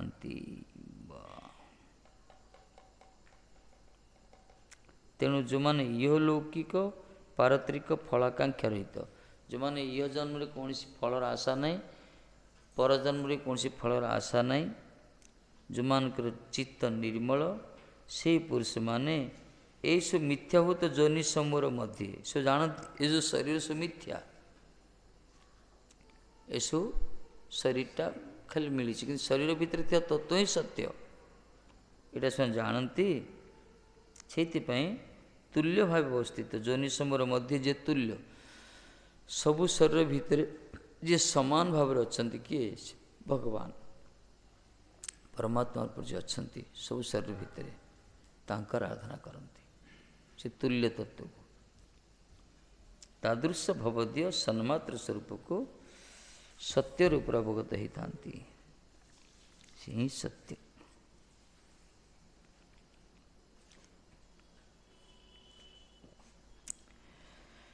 यदि बोल परमात्मा प्रतिदेह थाका हेतु बहुदेह तारतम्य ताहार तारतम्य हेतु जीवर सहित समान हुआ तीन उपास्य हन कि रूपे यदि प्रश्न कराला परमात्मा यदि सबुदेह अच्छा प्रतिदेह परमात्मा रही कि देह गुड़िक सब भिन्न भिन्न तारतम्य रही देह सब तारतम्य रही ना कुकुर बिराड़ी पशु पक्षी विप्र शूद्र विभिन्न प्रकार बहुदेह तारतम्य से तार भी तारतम्य बहुदेह तारतम्य ताहार भी तारतम्य परमात्मा भी तारतम्य देखा जाउछंती जीवर सहित समान हुआ तीन उपास्य हंस उपास्य किमती हेले से ସବୁ ଦେହ ଭିତରେ ଅଛନ୍ତି, ଦେହ ତ ଭିନ୍ନ ଭିନ୍ନ, କିନ୍ତୁ ସେ ଉପାସ୍ୟ କେମିତି ହେଲେ? ତାର ଉତ୍ତରେ କହୁଛନ୍ତି ନିଜକୃତ ସୃଷ୍ଟିର ମଧ୍ୟରେ ବିଚିତ୍ର ବିବିଧ ଜନ୍ମରେ ନିଜ ପ୍ରକାଶର ସ୍ଥାନ ସମୂହରେ ଦେବାଦି ଦେହରେ କାରଣ ରୂପେ ଏବଂ ପ୍ରୟୋଗକର୍ତ୍ତା ରୂପରେ ଅନ୍ତର୍ଯାମୀ ରୂପରେ ରହିଥାନ୍ତି। ଭଗବାନଙ୍କ ଏଇଟା ଅଚିନ୍ତ୍ୟ ଶକ୍ତି। ସେ ତାଙ୍କରି କ'ଣ ନିଜକୃତ ସୃଷ୍ଟିର ମଧ୍ୟରେ ନିଜେ ହିଁ ସୃଷ୍ଟି କରିଛନ୍ତି ଜଗତଟାକୁ। ତାରି ମଧ୍ୟରେ ବିଚିତ୍ର ବିବିଧ ଜନ୍ମରେ ଭିନ୍ନ ଭିନ୍ନ ଯୋନି, ଭିନ୍ନ ଭିନ୍ନ ସୃଷ୍ଟି ତିଆରି କରିଛନ୍ତି। ସେ ସୃଷ୍ଟି ଭିତରେ ଭିନ୍ନ ଭିନ୍ନ ଯୋନି ଶରୀର ତିଆରି କରିଛନ୍ତି ସେ, ନା କ'ଣ? ସୃଷ୍ଟି ଭିତରେ ବିଚିତ୍ର ବିବିଧ ଜନ୍ମରେ ନିଜ ପ୍ରକାଶର ସ୍ଥାନ ସମୂହ ଦେବାଦି ଦେହେ, ଯେତେ ସବୁ ଦେବାଦି ଦେହରେ ସେ କାରଣ ରୂପରେ ଅଛନ୍ତି, ପ୍ରୟୋଗକର୍ତ୍ତା ରୂପରେ ଅନ୍ତର୍ଯାମୀ ରୂପରେ ରହିଛନ୍ତି। ସେ ହିଁ ସବୁ କିଛି ପ୍ରେରଣା କରୁଛନ୍ତି, ସେ କାରଣ ରୂପରେ ରହିଛନ୍ତି। ଭଗବାନ ନିଜର ସୃଷ୍ଟ ପୃଥିବୀ ଭିତରେ ବି ସେ ବିଦ୍ୟମାନ, ଯେଉଁ କୁହାଯାଇଥିଲା ପୂର୍ବରୁ। ଶ୍ରୁତି କହୁଛନ୍ତି ଦେହ ସୃଷ୍ଟି କରି ତତ୍ପରେ ତାହାର ମଧ୍ୟ ପ୍ରବେଶ କଲେ। ଇଏ ହେଉଛି ଭଗବାନଙ୍କର ଲୋକ। ତ ସୃଷ୍ଟ ତଦେବ ଅନୁପ୍ରବିଶାଦିତି ଶ୍ରୁତେ। ସୃଷ୍ଟି କଲେ, ସୃଷ୍ଟି କରି ତା ଭିତରେ ସେ ପ୍ରବେଶ କଲେ।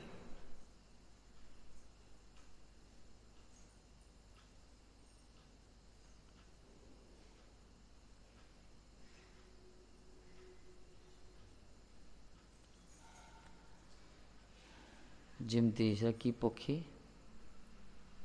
ନିଜେ ଲାଳ ଦ୍ୱାରା ତିଆରି କରିବ କୌଶଳ, ତା ଭିତରେ ରହିଯିବ। ଟସର କୋଷା ନିଜେ ତିଆରି କରି ନିଜ ଲାଳରେ ତିଆରି କରି ରାସ୍ତା ବୁଝି ସେ ଭିତରେ ରହିଯିବ। ସେ ଭଗବାନ ସେମିତି ସିଧା ଆବଦ୍ଧ ହେଇକି ରହିଯାଏ, ସେ କଥା ଅଲଗା। ତା ସ୍ଥିତି ତାର ଆବଦ୍ଧ ରହିଗଲା, ତାର ବାହାରେ ପ୍ରକାଶ ନାହିଁ। କିନ୍ତୁ ଠାକୁରଜୀ ନିଜେ ସୃଷ୍ଟି କରୁଛନ୍ତି, ସୃଷ୍ଟି ଭିତରେ ପ୍ରବେଶ କରୁଛନ୍ତି, କିନ୍ତୁ ସ୍ୱରୂପରେ ସେ ଅଛନ୍ତି। ଦେହ ସୃଷ୍ଟି କରିଛନ୍ତି ସେ, ତାପରେ ପ୍ରବେଶ ବି ହେଇଛନ୍ତି ସେଥିରେ। ପ୍ରବେଶର ମତ କିନ୍ତୁ ମୁଖ୍ୟ ପ୍ରବେଶ ଅସମ୍ଭବ। ପ୍ରବେଶର ମତ କିନ୍ତୁ ମୁଖ୍ୟ ପ୍ରବେଶ ଅସମ୍ଭବ। এই କାରଣରେ ଇବ ଶବ୍ଦ ଦେଇଛନ୍ତି। ମୁଖ୍ୟ ପ୍ରବେଶ ଅସମ୍ଭବ ମାନେ ମୁଖ୍ୟ ସ୍ୱରୂପ।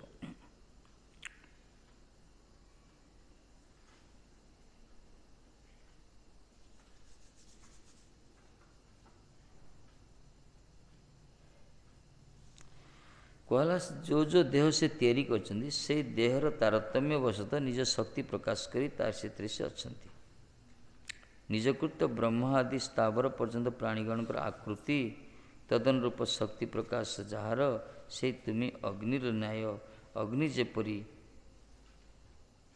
ଉଲ୍କାର ଅନୁରୂପ ଛୋଟ ବଡ଼ ନିଜ ଶକ୍ତି ଧାରଣ କରନ୍ତି, ସେହିପରି ଅତଃପର ଏହି ସକଳ ପ୍ରାଣୀମାନଙ୍କର ଦେହ ବିନଷ୍ଟ ହେଲେ ଅବିନଶ୍ୱର ପରମ ସତ୍ୟ ତମାର ଧାମ ଅର୍ଥାତ୍ ସ୍ୱରୂପ ତିନି ଆତ୍ମାର ବିଶେଷ ରୂପେ ନିର୍ମଳ ମତିଗଣ ଜାଣନ୍ତି।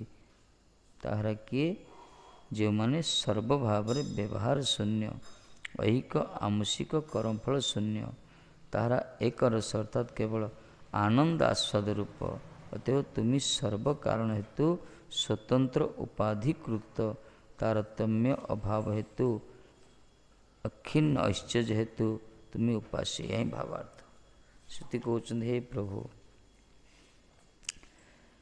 ଯେଉଁମାନେ ସର୍ବଭାବରେ ବ୍ୟବହାର ଶୂନ୍ୟ, ଯେଉଁମାନଙ୍କର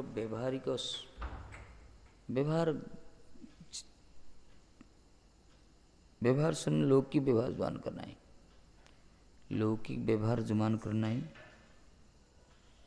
ବା ଐହିକ ଆମନ୍ମିକ କର୍ମଫଳ ଶୂନ୍ୟ, ଯେଉଁମାନେ କର୍ମଫଳ ଭୋଗ କରିବା ପାଇଁ ବି, ବା ଯେଉଁମାନେ କର୍ମଫଳ ପ୍ରତି ସ୍ପୃହା ନାହିଁ, କର୍ମଫଳ ଯେଉଁମାନଙ୍କର ନଷ୍ଟ ହେଇଯାଇଛି, ଯେଉଁମାନେ କେବଳ ଆନନ୍ଦର ଆସ୍ୱାଦ ରୂପ ଏକ ରସ ଆନନ୍ଦ ହିଁ ଆସ୍ୱାଦନ କରୁଛନ୍ତି। ତେଣୁ ତୁମେ ସର୍ବକାରଣ କାରଣ ହେତୁ ସ୍ୱତନ୍ତ୍ର ଉପାଧିକୃତ, ତାରତମ୍ୟ ଭାବ ହେତୁ ଉପାସ୍ୟ।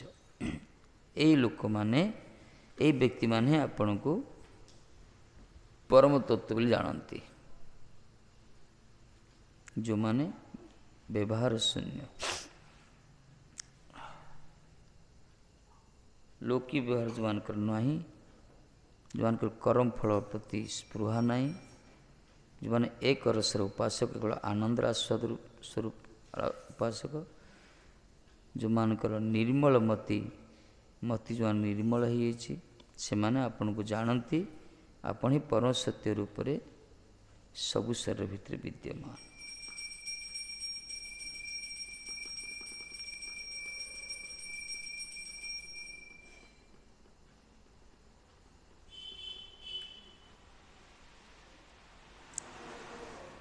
ତେଣୁ ଅତଏବ ତୁମେ ସର୍ବକାରଣ ହେତୁ ସ୍ୱତନ୍ତ୍ର ଉପାଧିକୃତ ତାରତମ୍ୟ ହେତୁ ଏହି ସ୍ଥଳରେ ଶ୍ରୁତିଗଣ ପ୍ରମାଣ ଯଥା ବିଶ୍ୱ ସୃଷ୍ଟି କରି ପରେ ତାହାର ମଧ୍ୟରେ ପ୍ରବେଶ କରିଲେ। ତିନି ଏକ ଦେବ ସର୍ବଭୂତର ଅନ୍ତରେ ଗୂଢ଼ ରୂପେ ବର୍ତ୍ତମାନ, ସର୍ବବ୍ୟାପୀ ସର୍ବଭୂତର ଅନ୍ତରାତ୍ମା, କର୍ମର ସାକ୍ଷୀ, ସର୍ବଭୂତର ମଧ୍ୟ ତୀତ ସାକ୍ଷୀ ଚେତସିତା କେବଳ ନିର୍ଗୁଣ। ସେ ହେଉଛନ୍ତି ଅନ୍ତର୍ଯ୍ୟାମୀ। ସେ ଜଗତ ସୃଷ୍ଟି କଲେ, ବିଶ୍ୱ ସୃଷ୍ଟି କଲେ, ବିଶ୍ୱ ଭିତରେ ସମସ୍ତ ଯୋନି ସୃଷ୍ଟି କଲେ, ଦେହ ସୃଷ୍ଟି କଲେ, ଦେହ ଭିତରେ ସେ ପ୍ରବେଶ କରିଛନ୍ତି। ସେ ସ୍ୱରୂପତଃ ଏକ, ସମସ୍ତଙ୍କ ଭିତରେ ଶରୀର ଭିତରେ ଗୂଢ଼ ରୂପରେ ରହିଛନ୍ତି। ସେ ରହସ୍ୟ ରୂପରେ ସର୍ବବ୍ୟାପୀ, ସମସ୍ତ ପ୍ରାଣୀମାନଙ୍କର ଅନ୍ତରାତ୍ମା, ଅନ୍ତର୍ଯ୍ୟାମୀ ସେ, କର୍ମର ସାକ୍ଷୀ ବି ସେ, ସବୁ ପ୍ରାଣୀ ଭିତରେ ସେ ରହିଛନ୍ତି। ଏହି ପ୍ରକାର ନିର୍ଗୁଣ ସ୍ଥିତି ତାଙ୍କର। ସ୍ତୁତିମାନେ କହୁଛନ୍ତି ଆପଣ ସେହି ପରମାତ୍ମା ଅନ୍ତର୍ଯ୍ୟାମୀ ନିର୍ଗୁଣ, ସମସ୍ତଙ୍କର ସାକ୍ଷୀ, ସବୁ ଭିତରେ ରହିଛନ୍ତି। ସୃଷ୍ଟି ବି କରିଛନ୍ତି ଶରୀର ଆପଣ, ବିଶ୍ୱ ବି ସୃଷ୍ଟି କରିଛନ୍ତି ଆପଣ। ଆପଣଙ୍କର ସୃଷ୍ଟିର ଭିତରେ ସମସ୍ତ ବିବିଧ ବିଚିତ୍ର ଯୋନି ଭିତରେ ଆପଣ ପ୍ରତୀୟମାନ ହେଇଛନ୍ତି। କିନ୍ତୁ ବାହାରକୁ ଯେପରି ଦେଖାଯାଉଛି ଯେମିତି କାଷ୍ଠ ଭିତରେ ଅଗ୍ନି ରହିଥାଏ, କିନ୍ତୁ କାଷ୍ଠର ଆକାର ସଦୃଶ ଅଗ୍ନି ବି ବାହାରକୁ ପ୍ରତୀୟମାନ ହେଇଥାଏ, ସେ ତଦନୁରୂପ ଆପଣ ମଧ୍ୟ ପ୍ରତିଭାତ ହୁଅନ୍ତି ସେହି ପ୍ରକାର।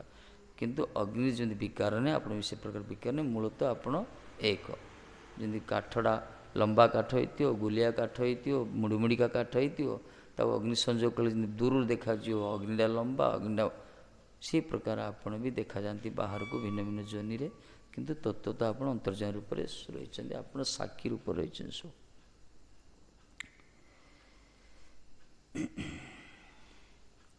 କେଉଁମାନେ ଜାଣନ୍ତି? ଯେଉଁମାନଙ୍କ ନିର୍ମଳ ମତି କୁହାଗଲା। ମତି ଯେଉଁମାନଙ୍କ ନିର୍ମଳ, ନିର୍ମଳ ମତି କ'ଣ ଜାଣେନ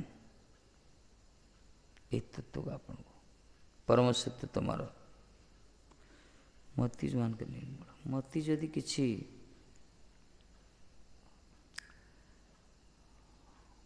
ଦୂଷିତ ହେଇଥିବ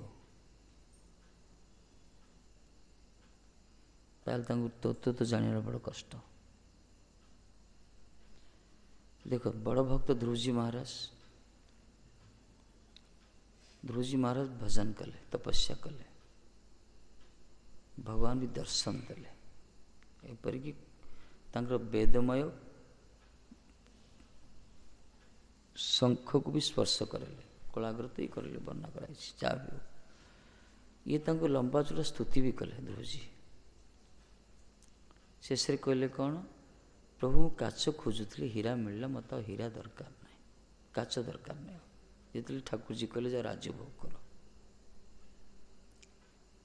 କହିଲେ ନା, ଯାଅ 36,000 ରାଜଭୋଗ କର। ସେତେବେଳେ ମନା କଲେ, ପ୍ରଭୁ ମୁଁ କାଚ ଗୋଟେ ଖୋଜୁଥିଲି, ହୀରା ଖଣ୍ଡେ ପାଇଗଲା, ଆପଣ କୁହନ୍ତୁ ଆଉ ସ୍ୱାମୀନ କୃତାର୍ଥ ବରଂ ନ ଯାଉଛି, ମୋ ବର ମୋତେ ଦରକାର ନାହିଁ, ଆଉ ମୁଁ କୃତାର୍ଥ ହେଇଗଲି। ଅବଶ୍ୟ ସ୍ଥାନ ଅଭିଳାଷୀ ତପସ୍ୱୀ ତ ହଂ, ସ୍ଥାନ ଅଭିଳାଷରେ ମୁଁ ତପସ୍ୟା କରିଥିଲି। ଗୋଟେ ଛୋଟିଆ ସିଂହାସନରେ ବସିବା ପାଇଁ, ଗୋଟେ ବାପାର କୂଳରେ ବସିବା ପାଇଁ ଚାହୁଁଥିଲି, କିନ୍ତୁ ଆପଣଙ୍କ କୂଳରେ ବର୍ତ୍ତମାନ ବସିଛି ମୁଁ। ବା ବିଶେଷ କରି ଛୋଟିଆ ସିଂହାସନରେ ବସିବାକୁ ଚାହୁଁଥିଲି, କିନ୍ତୁ କେତେ ବଡ଼ ପଦ ମୋତେ ଦେଇଛନ୍ତି ଆପଣ। ତେଣୁ ମୁଁ ଚାହୁଁନି ଆଉ ଯିବା ପାଇଁ। ତଥାପି ତାଙ୍କୁ ମିଳିଲା। ଭକ୍ତ ସେ, ଭଗବାନ ତା ତପସ୍ୟାରେ ସନ୍ତୁଷ୍ଟ ହେଲେ, ଦର୍ଶନ ବି ଦେଲେ। ସେ କିଛି ଚାହୁଁନି, କହିଲେ ମୁଁ ହୀରା କାଚ ଖୋଜୁଥିଲି, ହୀରା ମୋତେ ପାଇଲି, ଆଉ ହୀରା ମୋତେ ଦରକାର, କାଚ ଦରକାର ନାହିଁ। ତଥାପି ତାଙ୍କୁ ରାଜଭୋଗ କରିବାକୁ ପଡ଼ିଲା। କାରଣ କ'ଣ?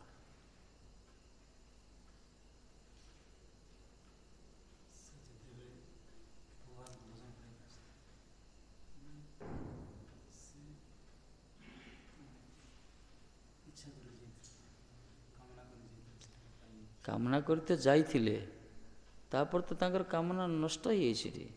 ସେ ତ କହିଲେ ମୋତେ ଦରକାର ନାହିଁ, ସ୍ଥାନାଭିଳାଷୀ ତପସ୍ୱୀ ତ ଅହଂ ପ୍ରାପ୍ତବାନ ଦେବ ମୁନୀନ୍ଦ୍ର ଗୃହ୍ୟମ୍ କାଚ ବିଚ୍ଛିନ୍ନ ନପି ଦିବ୍ୟ ରତ୍ନଂ ସ୍ୱାମୀନ୍ କୃତାର୍ଥସ୍ମି ବରଂ ନ ଯାଏ କହିଲେ। ସେ ମୁଁ ସ୍ଥାନାଭିଳାଷରେ ଆସିଥିଲି, ଦେବତାମାନଙ୍କର ମୁନୀନ୍ଦ୍ରମାନଙ୍କର ଇନ୍ଦ୍ର ମୁନିମାନଙ୍କର ବି ଯେଉଁଟା ଗୁହ୍ୟ ଦୁର୍ଲଭ ବସ୍ତୁ ମୋତେ ପ୍ରାପ୍ତ ହେଇଛି ଆଜି, ତେଣୁ ମୁଁ କାଚ ଖୋଜୁଥିଲି, ହୀରା ପାଇଗଲି, ପ୍ରଭୁ ମୋତେ କିଛି ଦରକାର ନାହିଁ। ତଥାପି କାହିଁ ଭୋଗ କରିବାକୁ ପଡ଼ିଲା?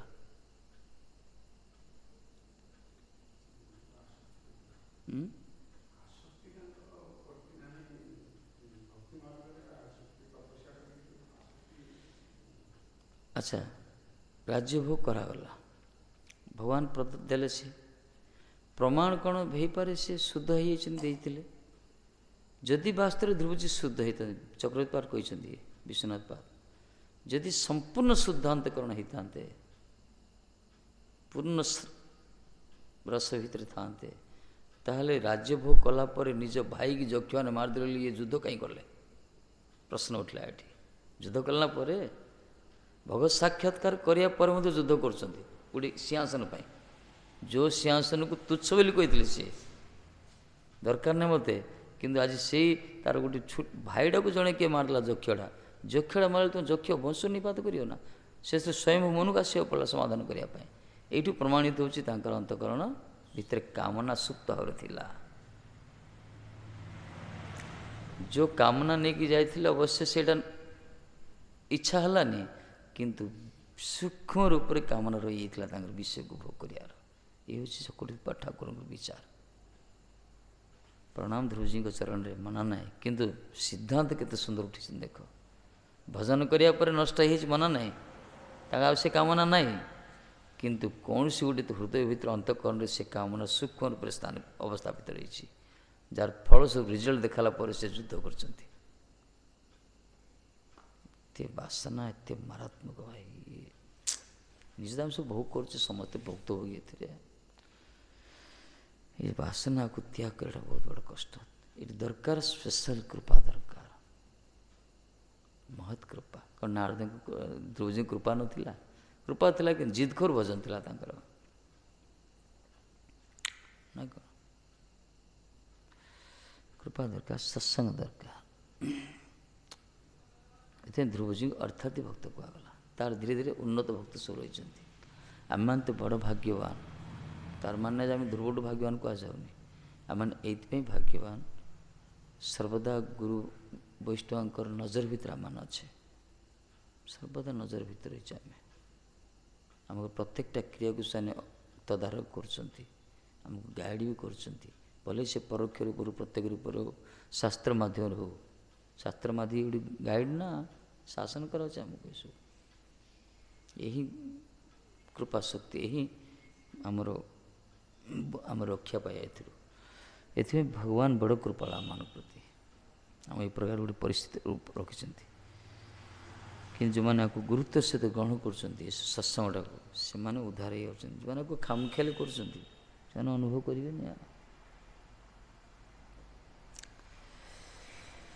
ତେଣୁ ଯେଉଁମାନଙ୍କ ନିର୍ମଳ ମତିଗଣ, ଯେଉଁମାନଙ୍କ ମତି ନିର୍ମଳ ହେଇଯାଇଛି, ସେଥିରେ କୌଣସି କାମନା ବାସନାର ଛିଟା ଯେଉଁମାନଙ୍କର ନାହିଁ,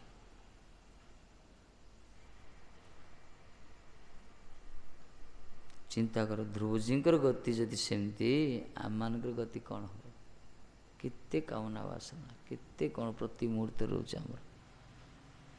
ଗୋଟେ ପଟେ ବିଗ୍ରହକୁ ଶାଳଗ୍ରାମ ଧରୁଥିବା, ଏପଟେ ମନରେ କୁଆଡ଼େ ଚିନ୍ତା କରୁଥିବା, ହାତରେ ମାଳା ଥିବ, ମନ ଯାଇ କୁଆଡ଼େ ଥିବ। ରହୁଛି ନା ପ୍ରାୟ ସମସ୍ତଙ୍କର, ତମର କ'ଣ ମୋର କ'ଣ, ପ୍ରାୟ ରହୁଛି ସମସ୍ତଙ୍କର। କିନ୍ତୁ ଗୋଟେ ଲାଭ ଆମମାନଙ୍କ ପ୍ରତି, ଆମେ ଯେହେତୁ ଏମାନଙ୍କର ଗୁରୁ ବୈଷ୍ଣବଙ୍କର ଆନୁଗତ୍ୟରେ ପଡ଼ିକି ଅଛେ ଏଠି, ନିଜେ କିଛି ଆମେ ଚେଷ୍ଟା କରୁନେ, ତାଙ୍କରି ଆଦେଶକୁ ହିଁ ପାଳନ କରୁଛେ। ପାଠ କର, କୀର୍ତ୍ତନ କର, ଜପ କର, ଆରତି ଦେଖ, ନିଶ୍ଚିତ ରୂପେ ସେମାନେ ଆମର କଲ୍ୟାଣ କରୁଛନ୍ତି ବା କୃପା। ଯେମିତି ଗୋଟେ ଅପଦାର୍ଥ ପୁତ୍ର ବିକଳାଙ୍ଗ ହେଇଥିବ, ବାପା ମା' କ'ଣ ଫୋପାଡ଼ି ଦେବେ କି? ବିକଳାଙ୍ଗ ପୁଅଟି ହେଲେ ମଧ୍ୟ, କିଛି କାର୍ଯ୍ୟକ୍ଷମ ନହେଲେ ମଧ୍ୟ, ଅସମର୍ଥ ହେଲେ ମଧ୍ୟ, ପିତାମାତାଙ୍କର ବାତ୍ସଲ୍ୟତା ଥାଏ, ବରଂ ବେଶୀ ଥାଏ ତା ପ୍ରତି, ନାଇଁ କ'ଣ? ବେଶୀ ଥିବ କିଛି କରିପାରୁନି ବିଚାରଟା ବୋଲି ତା ପ୍ରତି ଟିକେ ବେଶୀ ଦୟା ଥାଏ। ଯୋଗ୍ୟ ପୁତ୍ର ପ୍ରତି ଏଥିରେ ଥାଏ ସ୍ନେହ, ମନା ନାହିଁ, ଗର୍ବିତ ହୁଅନ୍ତି ସେମାନେ ପୁତ୍ର ଯୋଗ୍ୟ ଯଦି, କିନ୍ତୁ ବିଶେଷ ନଜରଟା ସେମାନଙ୍କର ଏଇ ଅକର୍ମଣ୍ୟ ପୁତ୍ରଙ୍କ ପ୍ରତି ଥାଏ। ଆମମାନେ ସେମିତି ଅକର୍ମଣ୍ୟ, ଆମମାନେ ଅକର୍ମଣ୍ୟ, ଅଯୋଗ୍ୟ ଆମମାନେ। ତେଣୁ ନିଶ୍ଚିତ ଭାବେ ଗୁରୁ ବୈଷ୍ଣବ ଆମକୁ ସବୁବେଳେ ନଜର ଭିତରେ ରଖିଛନ୍ତି। କିଶୋରଜୀ ରାଧାରାଣୀଙ୍କ ଛତ୍ରଛାୟା ତଳେ ଅଛି। ତେଣୁ ଏଇ ଭାବରେ ଆମେ ଧନ୍ୟତାର ସହିତ ପଡ଼ି ରହିବା ଦରକାର, ପୁରା ଧନ୍ୟତା ଦରକାର। ଯଦି ନ ହେବ, ଧନ୍ୟତା ଯଦି ନ ଆସିବ, ତାହେଲେ କେବେ ହେଲେ ଆମର ଏଇ ଅନ୍ତଃକରଣ ଶୁଦ୍ଧ ହେବ, ଶୋଧନ ହେବନି। ଛୋଟରୁ ବଡ଼ ନା, ଛୋଟ ଯଦି ନ ହେଇପାରିବା ଆମେ କେବେ ହେଲେ ସେ ବଡ଼ ବସ୍ତୁ ପାଇପାରିବାନି, ଅସମ୍ଭବ। ସେ ଯେଉଁ ବିରାଟ ବସ୍ତୁ ଭୂମା ପୁରୁଷ ଯାହାକୁ କୁହାଗଲା, ଭୂମି ସୂକ୍ଷ୍ମ ଯେଉଁ କୁହାଯାଇଛି, ତାଙ୍କୁ ପ୍ରାପ୍ତି ପାଇଁ ଆମେ ନିଜକୁ ଆମେ ଛୋଟ ହେବାକୁ ପଡ଼ିବ। ତୃଣାଦପି, ଏଥିପାଇଁ ମହାପୁରୁଷ ସିଦ୍ଧାନ୍ତ ଦେଖେଇଲେ ଏଠି ତୃଣାଦପି ଶ୍ଲୋକ ଉଠେଇଛନ୍ତି। ବୈଷ୍ଣବ ହେବାର ଜନ୍ୟ ମନେ ছিল ବଡ଼ ସ୍ୱାଦ, ତୃଣାଦପି ଶ୍ଲୋକ କେତେ ପଢ଼େଇଗଲ ବାଦ। ବୈଷ୍ଣବ ହେବା ପାଇଁ ମନରେ ବହୁତ ଅଭିଳାଷ ଥିଲା। ଯେତେବେଳେ ଗୁରୁ ବୈଷ୍ଣବ ମୁଖରୁ, ଗୁରୁଦେବ ମୁଖରୁ ଶୁଣିଲେ, ଆରେ ତୃଣାଦପି ଶ୍ଲୋକ ହବା ଦରକାର, ଚାରି ଗୁଣେ ଗୁଣୀ କର କୀର୍ତ୍ତନ, କୀର୍ତ୍ତନ୍ୟ ଅଧିକାରୀ ଯେ କୁହାଗଲା, ସେତେବେଳେ ବାଦ ପଡ଼ିଗଲୁ। କାହିଁକିନା ହେବନି, ତୃଣରୁ ହୀନ ହେବା କି ଆମେ, ଅମକ ଘରରୁ ଆଇଛେ, ଅମକ ଇଏ ପାଠ ପଢ଼ିଛେ, ଏସବୁ ରହିଛି, ଆମର ସବୁ ରହିଛି ଅଭିମାନ, ତୃଣରୁ ହିବା କ'ଣ ଗୋଟେ କହୁଛନ୍ତି କୁହାଯିବ। ସହଜ ନାହିଁ ଅଭିମାନ ତ୍ୟାଗ କରିବାଟା, ଅଭିମାନକୁ ତ୍ୟାଗ କରିବାଟା ଏତେ ସହଜ ନାହିଁ, ଏ ସବୁଠୁ ମାରାତ୍ମକ। ସେଥିପାଇଁ ଚେଷ୍ଟା କରିବା, ଗୁରୁ ବିଷ୍ଣୁ ଡାକିବା, ପ୍ରାର୍ଥନା କରିବା, ଯାହାର ଯେତିକି ପରିମାଣରେ ତ୍ୟାଗ ହେଇଛି, ଅଭିମାନ ଧନ୍ୟତା ଆସିଛି, ସେତିକି ପରିମାଣରେ ସେ ଭକ୍ତି ମାର୍ଗରେ ଯିବ।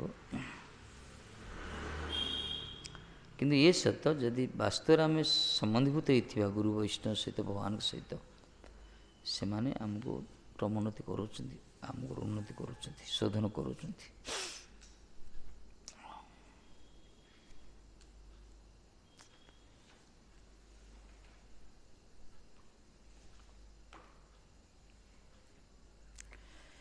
ନରୋତ୍ତମ ଦାସକ ଦେଖି ଶୁନି ଲାଗେ ଭୟ, ଏ ପଦଟାକୁ ଜୀବନରେ ଗଣ୍ଠି ପକାଇ ରଖ। ସଂସାରକୁ ଦେଖି ଡରିବାକୁ ପଡ଼ିବ ଭାଇ। ସମୁଦ୍ରକୁ ଦେଖି, ସମୁଦ୍ର ଲହଡ଼ା ଦେଖି ଡରିଲେ ଯେମିତି, ଯିଏ ଡରିବ ସେ ସ୍ନାନ କରିପାରିବ କି? ଅପେକ୍ଷା କରି କରି କରି କରି ପଳାଯାଏ, ଭାଇ ମରିଯିବି କେତେବେଳେ। ସେମିତି ସଂସାର ଦେଖି ଡରିବା ଦରକାର। ଡରିଲେ ଆମେ ସ୍ନାନ କରିବାନି। ସମୁଦ୍ର ଲହଡ଼ା ଦେଖି ଯେ ଡରିଯାଏ, ସେ ସ୍ନାନ କରିପାରିବନି। କେତେବେଳେ ଯାଇଛ ନା ପୁରୀ ଦେଖିଛ ନା, ଗୋପାଳପୁର ଦେଖିଛ ନା, ଗୋପୁରରେ ସବୁ ଯା ଏଇ ଛୋଟିଆ ପିଲା ସ୍ନାନକୁ ପଳାଉଥିବେ, ଏଇଆ ଥିବେ ବୟସ, ଯାଉଥିବେ ଟିକେ ପଳାଉଥିବେ, ଯାଉଥିବେ ପଳାଉଥିବେ, ଯାଇପାରିବେନି, ଶେଷ ମୁହୂର୍ତ୍ତ ବନ୍ଦ, ଭିତରୁ ଯାଇପାରିବେନି, ଡର ତାଙ୍କର। ସେମିତି ସଂସାର ଦେଖି ଡରିବା ଦରକାର। ଆମମାନଙ୍କ ପାଇଁ ଉଦାହରଣ ଇଏ, ଡରିବା ନା, ତାହେଲେ ଆମେ ସଂସାର କିଏ ଭଲ ପାଇବାନି। କାହିଁ ଗଲେ ମରିଯିବା ଡୁବିକି ସେଠି। ସେଥିପାଇଁ ନରୋତ୍ତମ ଦାସକେ ଦେଖି ଶୁନି ଲାଗେ ଭୟ, ଲାଗେ ଭୟ। ସଂସାର ଯଦି ଭଲ ପାଇବା, ଯଦି ଖୁସି ଯଦି ଲାଗିବ, ଯିଏ ଟିକେ ପହଁରାଳି ହେଇଥିବ ତାକୁ ଭୟ ନାହିଁ। ନୋଳିଆ ପିଲା କ'ଣ ଡୁବି ଯାଉଛନ୍ତି ପୁରା, ଯାଇକି ଗୋଟେ ପିଲା ଯିବେ ଟୁଙ୍କିନା ଡୁବିବ ପଳାଏ, ପହଁରି ପଳାଏ। ଯିଏ ଭଲ ଲାଗିବ ସିଏ ବୁଡ଼ି ବୁଡ଼ି ଯିବ, କେତେବେଳେ ମରିବ, କେତେବେଳେ ହେଲେ କ'ଣ କରିବ। ଏମିତି ସଂସାର ଦେଖି ଡରିବା ଦରକାର ବାସ୍ତବରେ। କ'ଣ କମଳା, କ'ଣ ଶୁଣିଲ? ଡରିବ ବେଳେବେଳେ ଗୋଟେ ଅବଚେତନ ମାନସ ଅଛି, ଗୋଟେ ନିଦ ହେଇଗଲେ ମଧ୍ୟ ସେ ଗୋଟେ ଇଏଟା ଥାଏ, ଗୋଟେ ସେଠି ପ୍ରିଣ୍ଟ ହେଇଯାଏ। କିନ୍ତୁ ସେଇଟା ସବୁବେଳେ ମନେ ରହିବନି, ସେଇଟା ଆଉ ଘଣ୍ଟେ 2 ଘଣ୍ଟା ପରେ ମନେ ରହିବନି ସେଇଟା।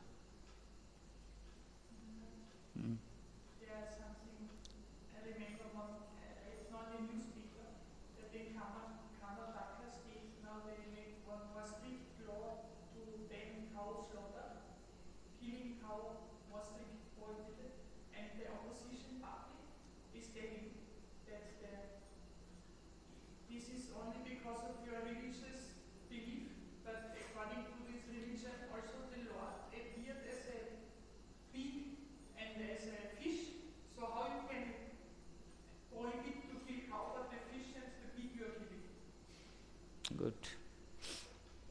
You also. But they don't know the cow is the more holy. No, no, no, no. It is our Vaishnavas never the ahimsa, mang hinsat. Scripture never revealed or prescribed to kill anyone. Never. It is true also. Everywhere he is the all pervading, existing in every living being, the super soul. But among of all species, animal species, the cow is the mother. Cow is the holy. So it is in our scripture speech, it should not be killed by others. That means not we kill the fish and kukura, ghusri, okay. ସେଥିପାଇଁ କଳି ମହାରାଜ କହିଲେ ପରୀକ୍ଷିତ ମହାରାଜ କଳିର ସ୍ଥାନ ସେ ମାଗିଲେ ନନଭେଜର ସ୍ଥାନ ମାଗିଲେ ଗୋଟେ ଅହିଂସା ଆମିଷ। ଚାଲ କୀର୍ତ୍ତନ କରିବା।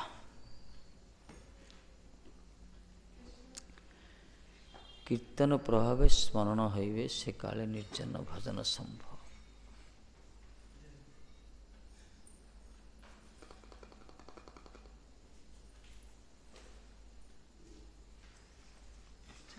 ସେଟା ପଢ଼ୁଥିଲେ ପରା ଜୀବ ଗୋସାଇଁଙ୍କର ରଘୁନାଥ ଗୋସାଇଁଙ୍କର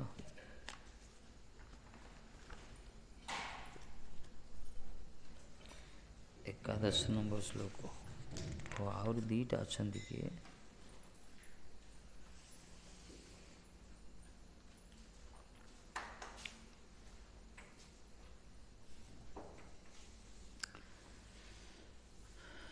ଆଜି ମହାନ୍ତ୍ର କରିଦେବା, ଆଜି ମୁଡ଼ ନାହିଁ।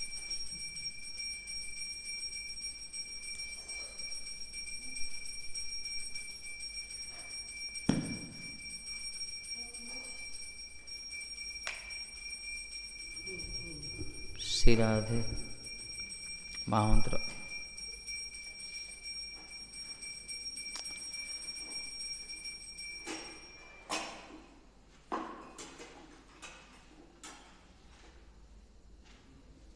कृष्ण करो।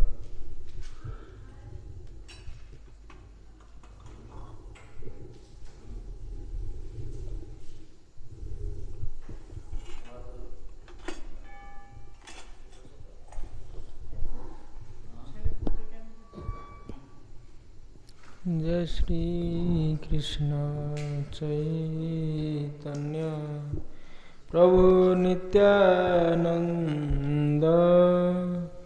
श्री अद्वैत गदाधर शिवासादि गौर भक्त वृंद श्री कृष्ण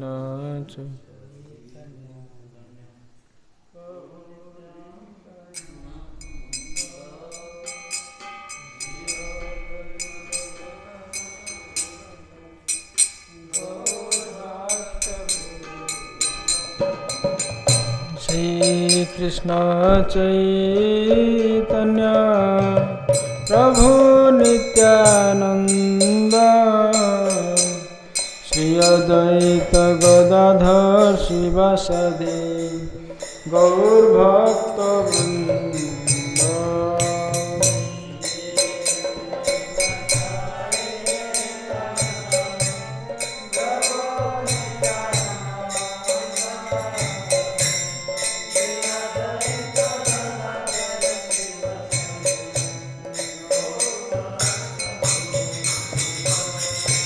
हरे Krishna Krishna Krishna Hare Hare Hare Ram Ram Ram Hare Hare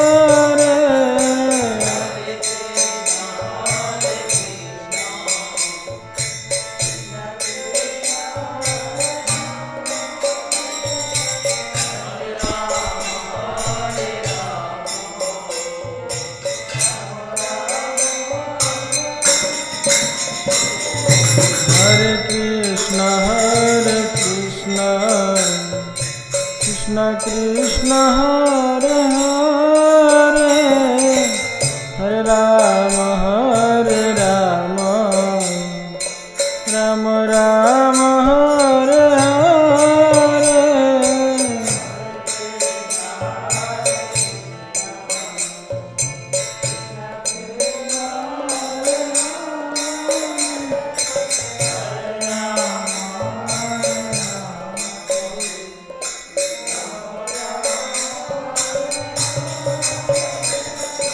Hare Krishna, Krishna Krishna, Hare Hare, Hare Rama, Rama Rama, Hare Hare.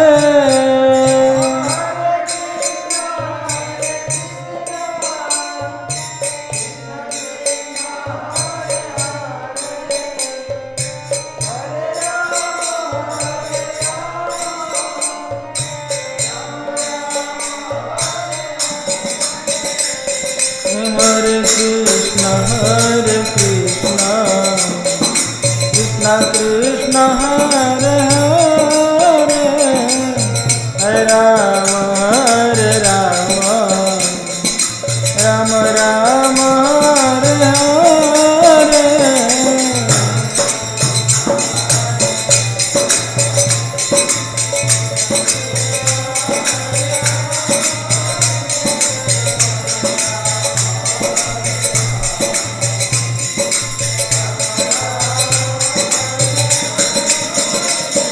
Hare Krishna, Krishna Krishna, Hare Hare, Hare Rama,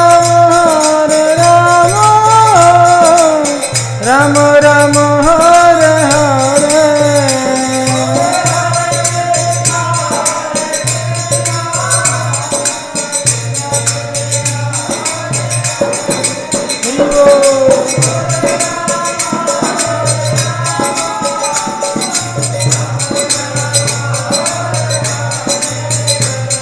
Hare Krishna, Krishna Krishna, Hare Hare, Hare Rama, Rama Rama, Hare Hare.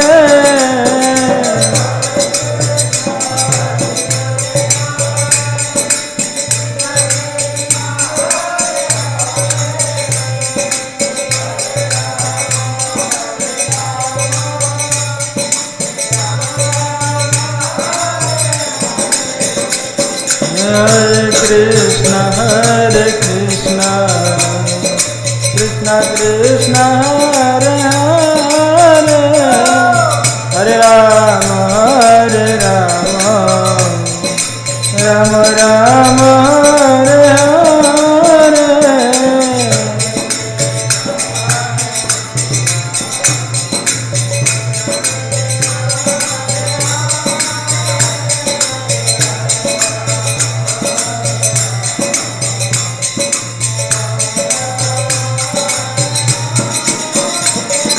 Nitai Jaya Gaur, Nitai Jaya Gaur.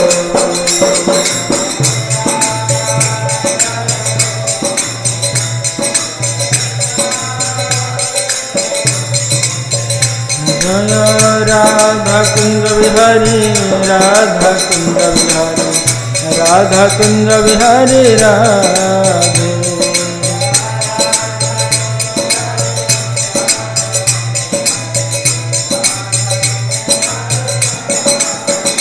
Jaya Radha Madhav, Radha Madhav, Radha Madhav, Radhe.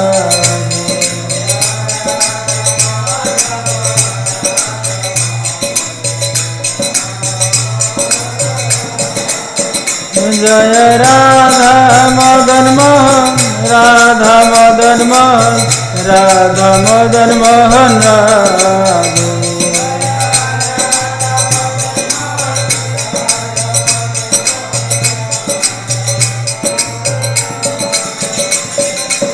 Jai Gurudev, Sila Gurudev, Jai Gurudev, Sila Gurudev.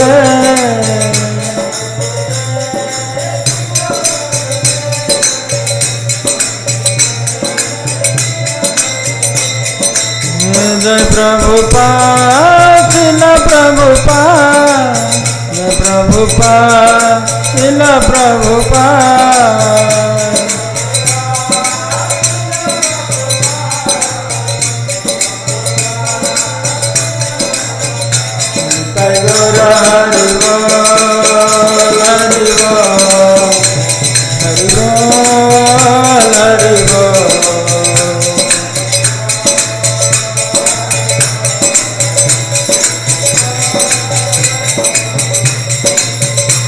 Hari बोल